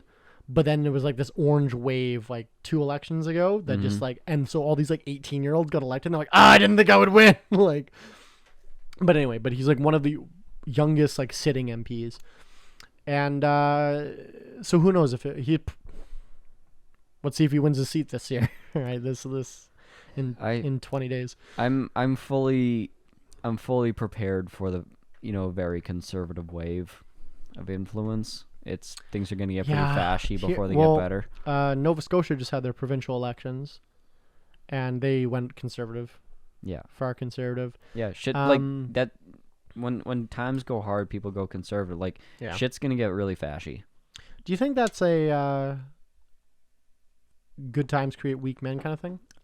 It's a human flaw for sure. It's people want a strong man to take charge and take control and get things quote unquote back on track, which inevitably leads to just electing someone who's just gonna grift the fuck out of the entire company. Well, and we were talking about this during the presidential election. Yeah. the U.S. presidential election. You can go back and watch our 4-hour special where we live commentated the presidential election. I forgot about that. That's up on YouTube and Spotify. But we were talking about this is how every election, it gets farther divided. Yeah. There's no centrists anymore. It's like all far right, far left. Yeah. And the centrists are either... Well, there's not really such a thing as a swing voter anymore. Well, and America's different than Canada, obviously, in voting. That's true, because we're not a binary system. We have 5 parties, major parties. Yeah. 3 parties that could stand a chance of winning. Yeah. So it's always interesting. But it's getting more divided because that's where people are going. People like... We talk about this all the time, the tribe thing. Yeah. Where people like their fucking group and it's like them or us kind of thing. And we're just dividing more and more. I would argue that a lot of Democrats are pretty fashy too with Biden. Like, it's the same idea. Well, I think Biden's pretty right-wing. Right, but when I say fashy, I mean like the idea of fascism is like the it's kind of like the ideal man, the perfect leader, the spiritual leader of the movement. That whole idea of like one man can embody the spirit of a movement is inherently like a fascist ideal. Yeah, and it's almost religious endorsement and belief in a single individual to be able to represent a whole group of people and a whole idea. Well, and then it's not based in reality, but it's very, very attractive. Well, and then I still see, like, I always talk about this. I follow far left and far right Facebook pages and Twitter accounts just to get every aspect, right? And I still see these Democrats, these Biden supporters that are like, okay, yeah, I know he's still building cages on the Mexican border and he's still all this, but at least he's not separating them anymore from their families. Right. They're still locking up children, but like, it's like, at least he's not trying. Like, when your first argument of why your candidate is good is, well, the other one's worse, you're fucking lost But that's that's the entire political system. I agree with you, and that's why I'm getting more dissuaded every fucking year. Yeah. Because it's fucked. Like, like in Canada, I talked to a ton of people during the election last year. This is a political podcast now. But that were like, why don't we just vote fucking for the prime minister? Like, why don't we have a popularity vote and vote for the fucking prime minister? It's like, no, you vote for your local representative, and that local representative talks to you for you in the House of Commons. Right, but these two people are too lazy. These people are too lazy to care about I think the local... 50% of Canada doesn't know that. They think we are voting for the prime minister when you go in and vote. Yeah. Because how it works in Canada is you vote for a local representative. There's 335 seats? What is it? I don't know. Something like that. 330, 355, something like that. Fuck, I'm drunk, sorry. It's a lot of seats. 300 and some seats. And each, there's a bunch of districts in the country. We have like 15 districts in Manitoba. Mm-hmm. You vote for the local person to represent you. And then they vote for the leader of the party to become prime minister. Mm-hmm. Fun fact, if you actually read our charter, not only does that person not have to be a member of the party, they don't even have to be Canadian or of age. You could vote for like a Russian child, and if like 2/3 of the party voted for them to be leader, they would become our prime minister. I'm here for that. But I think every single prime minister we've ever had in our 153 years has been the leader of the party that got the most votes. Right. Obviously. Yeah. Yeah. Because then the opposition can do something called a non-confidence vote at any time. Yeah. And if there's not enough confidence in the leader, we'll have a new election. Right, and a no confidence vote can also be triggered by if they can't pass America can't pass a budget bill. Yeah, if you can't pass a budget bill in Canada, it's an auto no confidence. Yeah, imagine if that was a fucking rule in the States. Like, Well, yeah, because that makes it so. Because in the States, when you introduce a budget bill, you put in all this fucking Israel shit and all this cop shit, like all this Yeah. bipartisan stuff in this giant bill, and then they give you a 1,400-page fucking booklet to review overnight. Yeah. And then they vote on it the next day. Right. Canada, you have to be a little bit more strategic, because if you try to stonewall people like that, they're just like, oh, no confidence, and fucking get you out and we have another election. Right. Yeah, so you have to be, I You prefer, actually have to sell it, yeah. yeah, I prefer Canadian politics over American politics. Well, here's my favorite part about, like, everyone's freaking out over Biden's $3 trillion bill, and they just love saying that number. Yeah. Reality of the numbers, it's an 8% increase over 10 years For what, the infrastructure thing? over the existing operating budget of the government. But to be absolutely fair, the operating budget of the government's fucked. Agreed. But they like people just sling around $3 trillion bill. It's massive. It's like it's an Biggest bill we've ever had, but realistically, It's just an 8% increase. Of course it it's is. less than 1% a year. well, of course it. And they're like, it's gonna overheat the economy. It's like, yeah, 0.85% a year. Well, and then they point No. they point to the inflation that's happened because of COVID and blame Biden, right? Yeah. Or Trudeau, that's happening here too. Yeah, no, it's We have supply issues, so gas prices go up, and they're like, Trudeau's fucking carbon tax. It's like, yeah, it's partly that, but it's also partly we're in a fucking pandemic. Like, yeah, no, it's fucking nonsense. yeah. I love it. I think we should probably transition into the end here, Sure. or whatever. We're over 2 hours. So, this is the segment we call Business Tip of the Week, where we give a business tip that's relevant to our current business struggles. I don't have one. I do. Okay, go. I don't have a tip, but I have a fucking grievance. Okay. I mean, everyone has. We his- can probably switch it into a tip, so go ahead. Everyone has his grievance right now. Hiring. Okay, yeah. So, in the last, couple months, couple weeks even. There's a labor shortage, they say. Well, yeah, there's labor shortage, but I was gonna say the last couple weeks, it's like there's been a boom to business, and if everything pans out that I'm looking For at, you specifically. yeah, Okay. if everything pans out that I'm looking at, it's gonna be, I've got my fucking next 3 years guaranteed. Yeah. But I'm gonna have to. Next 3 years guaranteed, but not including the work I already have. So, like that work that's guaranteed potentially for the future, I'll have to grow into that. That's capacity above what I already have. So, having to grow that is fucking painful because we've had 2 people leave in the last 3 months for completely different reasons, both of them. But just hiring new talent, impossible. Like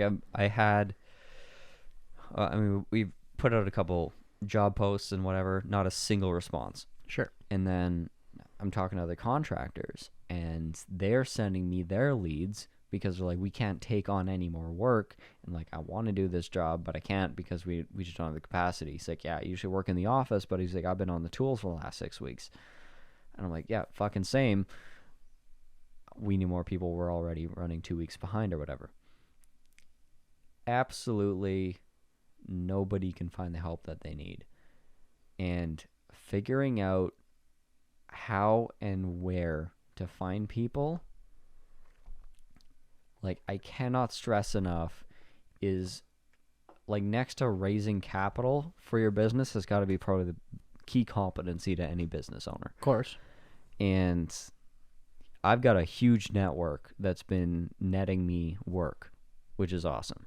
I get cold calls from people I haven't seen in years saying, hey, I want to give you a bunch of money, or, I just connected you with somebody because I've been following you on social media, keeping up with you, and, I'm going to help you out.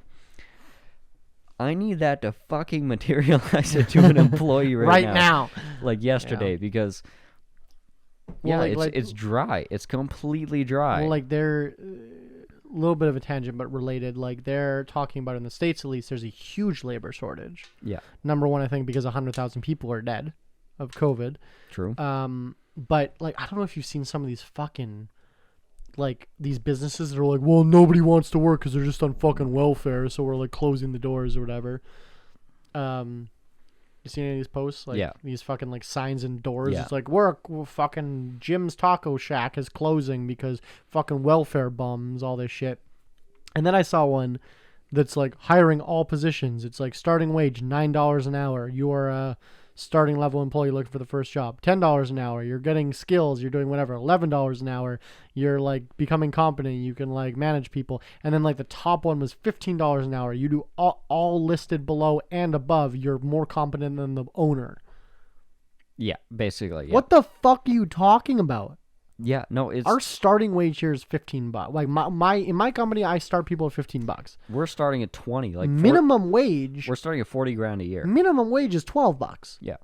Like, what are you talking? America's fucked. Like, Yeah, no, it is. Yeah. but like,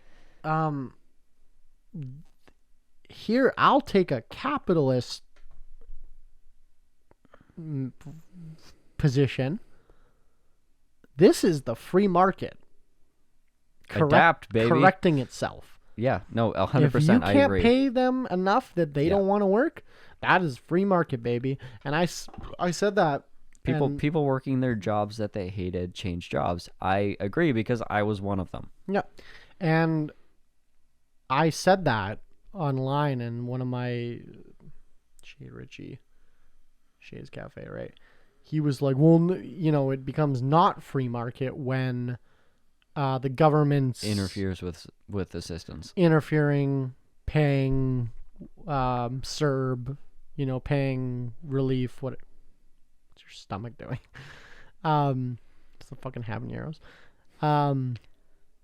But like at a certain, I said like government's gonna fucking government. Like, whatever. Mic's still going. I'll just cut it Probably out. fill up your storage. Government's gonna fucking government. Like, you're not gonna stop them. At a certain point, the free market has to adapt to the government being there. It will, yeah. You know what I mean? It's almost like a fucking natural disaster happens. Yeah. You don't say, "Whoa, it's not the free market because a fucking hurricane came through." Right. No, you fucking adapt around That's it. the point of the free market. You adapt around it, and the government's gonna fucking government. Yeah. They're gonna fucking do this shit. You gotta adapt around it.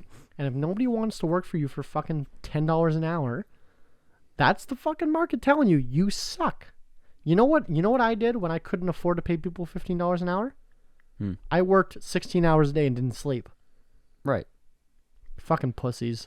These fucking some of these business owners, man. Yeah. Put in the fucking work. Yeah, one of the recent like viral interviews was like a town hall where this guy's like, I'm a restaurant owner and nobody wants to work anymore and I can't afford to bring people back at the wages they're demanding, blah, blah, blah. Get on the fucking they- line, dude. they Flip did- some burgers. They did a company search. This guy owns 35 restaurants. Yeah.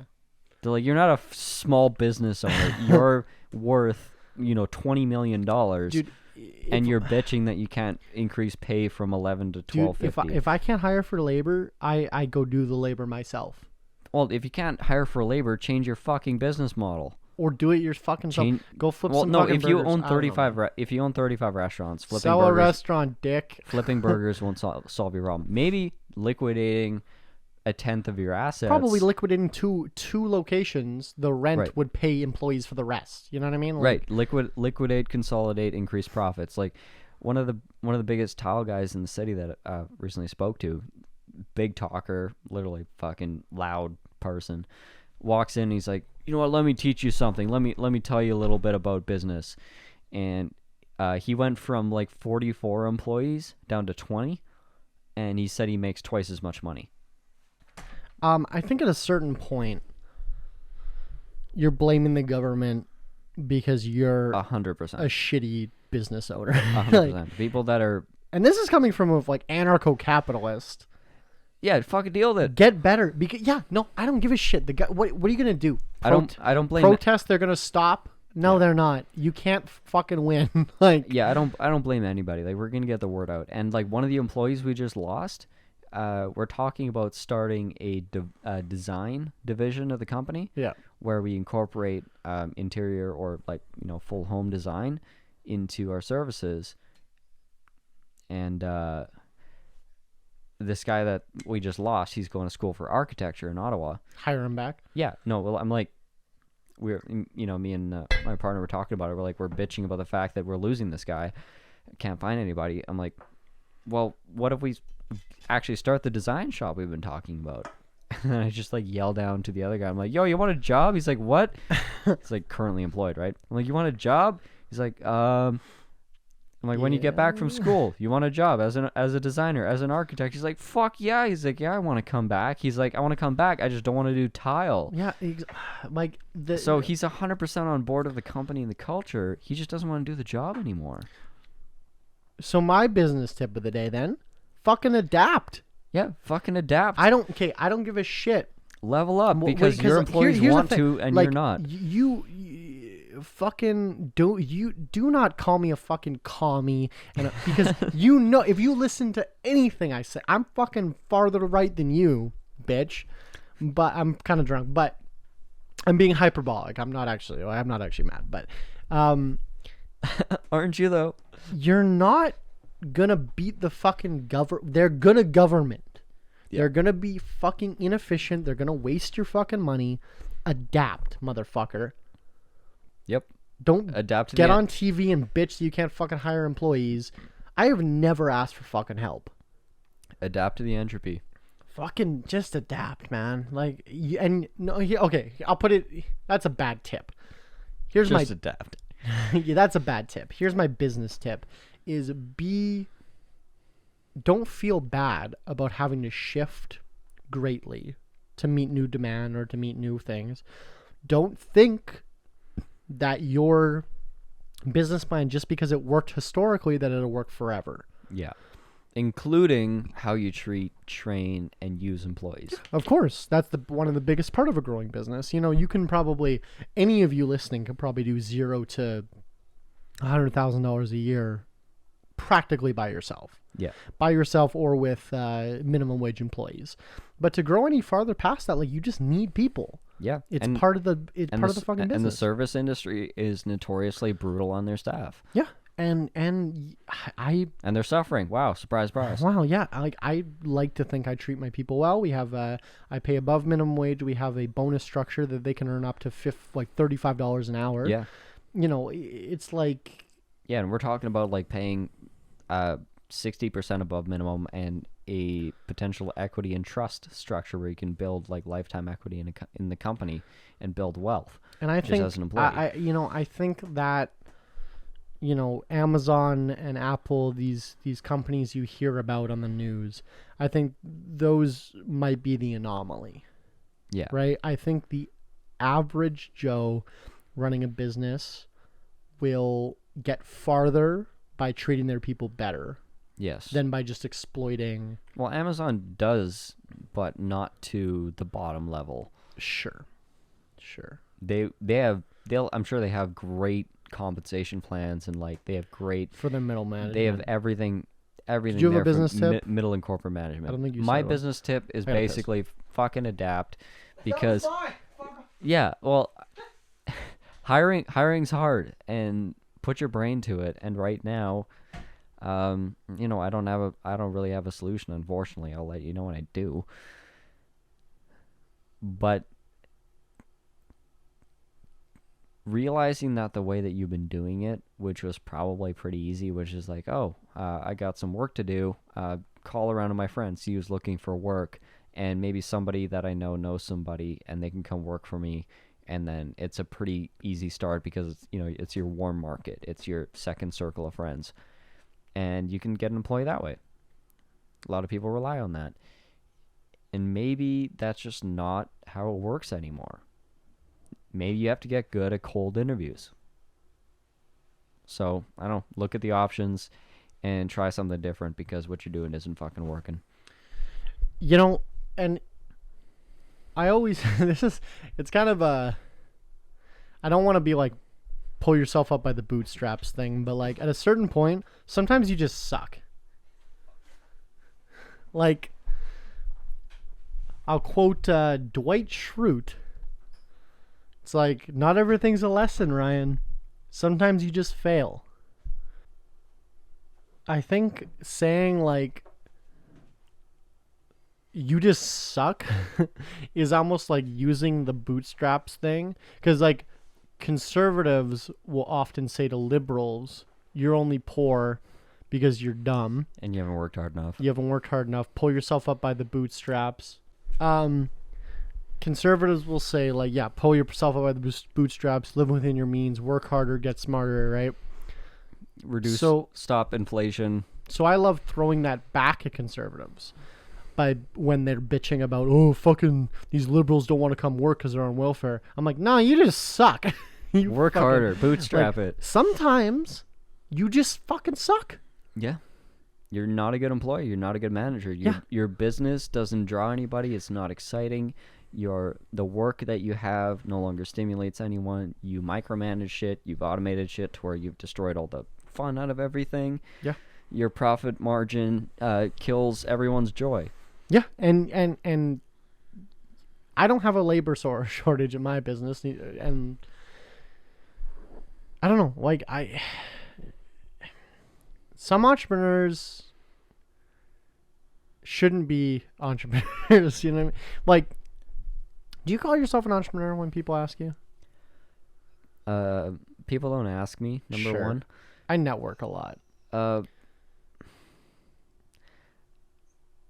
Honestly, I don't really take the question seriously. Sure. What do you do for a living? No. Are you an entrepreneur? Okay. If someone asked me that specifically, it'll be like, why? What are you asking me? What do you want to know? Because they're trying to sign you up to an MLM. I'll answer the question with a question. That's not a Sure. That's not a question real motherfuckers ask you. That's fair. Yeah. I'm never like, so what I always ask people, what are you working on right now? Yeah. I don't ask people what they do for a living. I usually go, what are you working on? And depending on how they frame that question, yeah, it tells me a lot about them. Yeah. Because I'm like, what are you working on right now? And they're like, what do you mean working on? I'm like, I don't know. What are you doing? Like, what are you working on? And they're like, oh, I work at a bank. I'm like, oh, okay, cool. You know, but I've said that to some people, less obviously during COVID, but I used to go to we used to go to fucking networking things, like business events with like hundreds of people and meet fucking random people, right? Yeah. And, you know, so sometimes I'm like, oh, what are you working on? They're like, oh, I work at a bank. But then sometimes I go, what are you working on? And they're like, well, I'm a, carpenter by trade, but I'm working on a fucking movie right now. Like, and it's like, by asking that, they kind of show you a little bit more. So I like doing that. Yeah, you're asking the person what they're spending their energy on, not what do they have to do every day when they wake up. Yeah, like, it's not what do you do for a live. Yeah, what do you? Yeah, but when people ask me what I do for a living, I don't like the word entrepreneur has been so co-opted by fucking bastardized by grifters, right? Yeah, it's just been like, I'm a fucking entrepreneur as soon as they buy one Dogecoin, right? Like, it's just that's why when we introduce the podcast, we say we're business guys. We don't say we're entrepreneurs. Yeah, business owner, I think, is something. Well, when people ask me what I do, I say I'm in the wine business. Right. Even on my Facebook, on my jobs or whatever, even on my LinkedIn, it doesn't say owner at Shrugging Daughter. It says sales. Because that's what I do for my business. I do the sales part. Like, I don't know. I don't literally identify with, I don't like entrepreneur as a word. Like, maybe. Because it's wrapped up in people that have an identity and trying to start stuff and trying to be something. You know, one of the biggest things serial entrepreneur. You ever hear this? Oh, yeah. That's a common, like, with these MLM types. I love the loaded LinkedIn pages that have, like, 14 different things. Serial entrepreneur. Fuck does that mean? You're a serial offender at serial entrepreneur? the company's office. What does that mean? You keep failing? Serial You're entrepreneur? at the company's office a lot. I don't know. Yeah. I don't like it. No, neither do I. It's gross. You know what I want to do? Start a cereal company. And then say I'm a serial entrepreneur. Yeah. And you name your cereal company what's spelt like serial killer? Yeah. Ooh. Cereal. Oh. Cereal? TM. No. Trademark that. Here. Trademark that, Jamie. I'm going to trademark this before this episode comes out. Cereal with an S? Breakfast cereal. No. Cereal. Yeah. Cereal.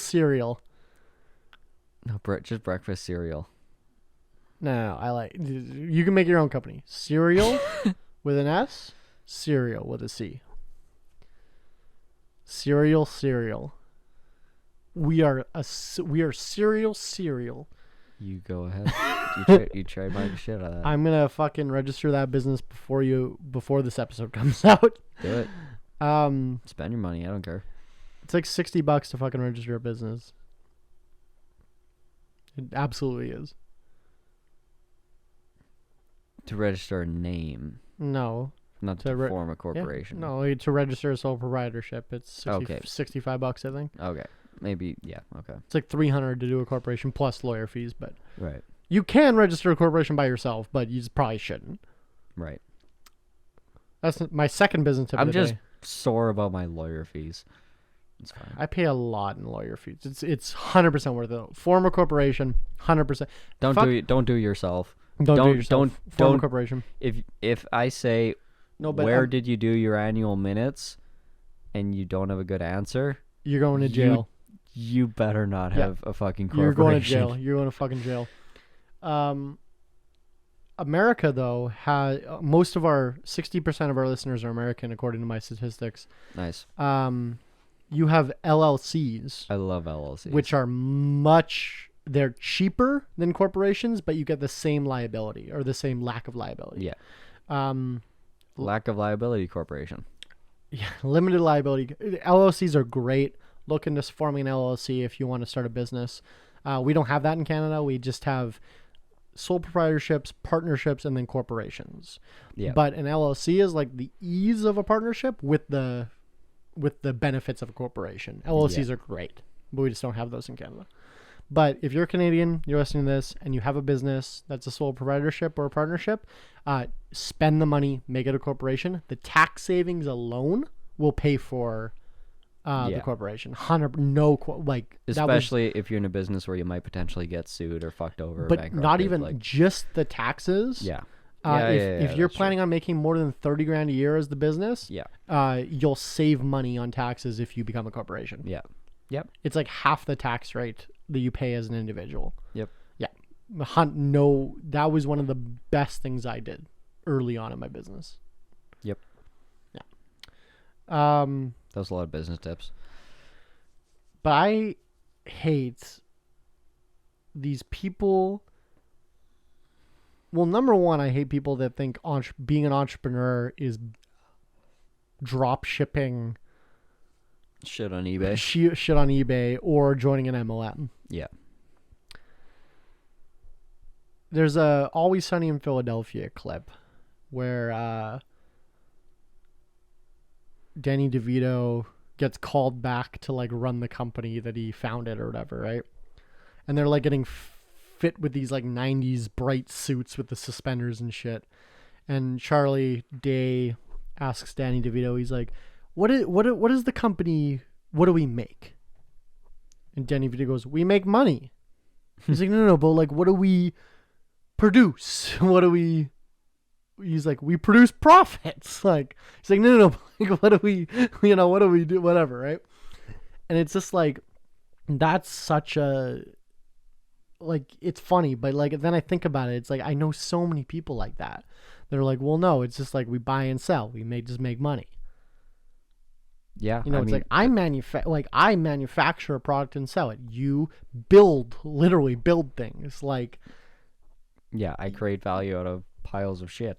Which I like, and I guess like stock trading isn't exactly creating any value per se, but like at a certain, I get a lot of accomplishment. The fact that I can take berries and glass bottles and manufacture something that people drink. Mm-hmm. You know what I mean? Like, I take a lot of accomplishment in that. Mm-hmm. And as I'm sure you take a lot of accomplishment in building a fucking house. Like, yeah. Right? Yeah, 100%. But there's so many people that go their entire lives never creating value for anybody. Most people. No, but I mean entrepreneurs. Like, Right. Yeah. there's a lot. Like, I don't want. Their focus is like, how do I get recognized? How do I do something? Like, they're thinking about the surface level of what do I need to do to get the recognition to be, a top 10 Forbes entrepreneur. Like, that's the end goal, and it's gross. And I don't like it. Serial entrepreneurs, fuck off. It's gross. I don't like it. I don't like it. Fuck off. Die in a hole. You can live. It's fine. No, Whatever. Die in a hole. Okay. I don't. Whatever. Thanks for listening. Yeah. Thanks for listening. My name is Willows. And my name's not Willows. It's Tyler. True. And this is Alcohol Beyond This Point, the podcast where we do this. Basically, you just listen to it. That's Alcohol Beyond This Point on Instagram, Alcohol Beyond This Point podcast on Facebook. Please give us a follow. We really appreciate it. Comment on the YouTube video if you're watching on YouTube. If you're anywhere where you can comment, please leave us some comment where you're listening from. We really appreciate that. This is episode 37, which is a prime number, by the way. I Googled it. And thanks. Yeah, right? Like, I don't know. Like, you That's it. sure? You're like, Yeah. sure, right? Yeah. Like, I don't. Like, it's just, it's what? Yeah, It's enough. it's fine. Alcohol Beyond This Point podcast. This isn't two podcasters talking business. This is two business guys trying to podcast.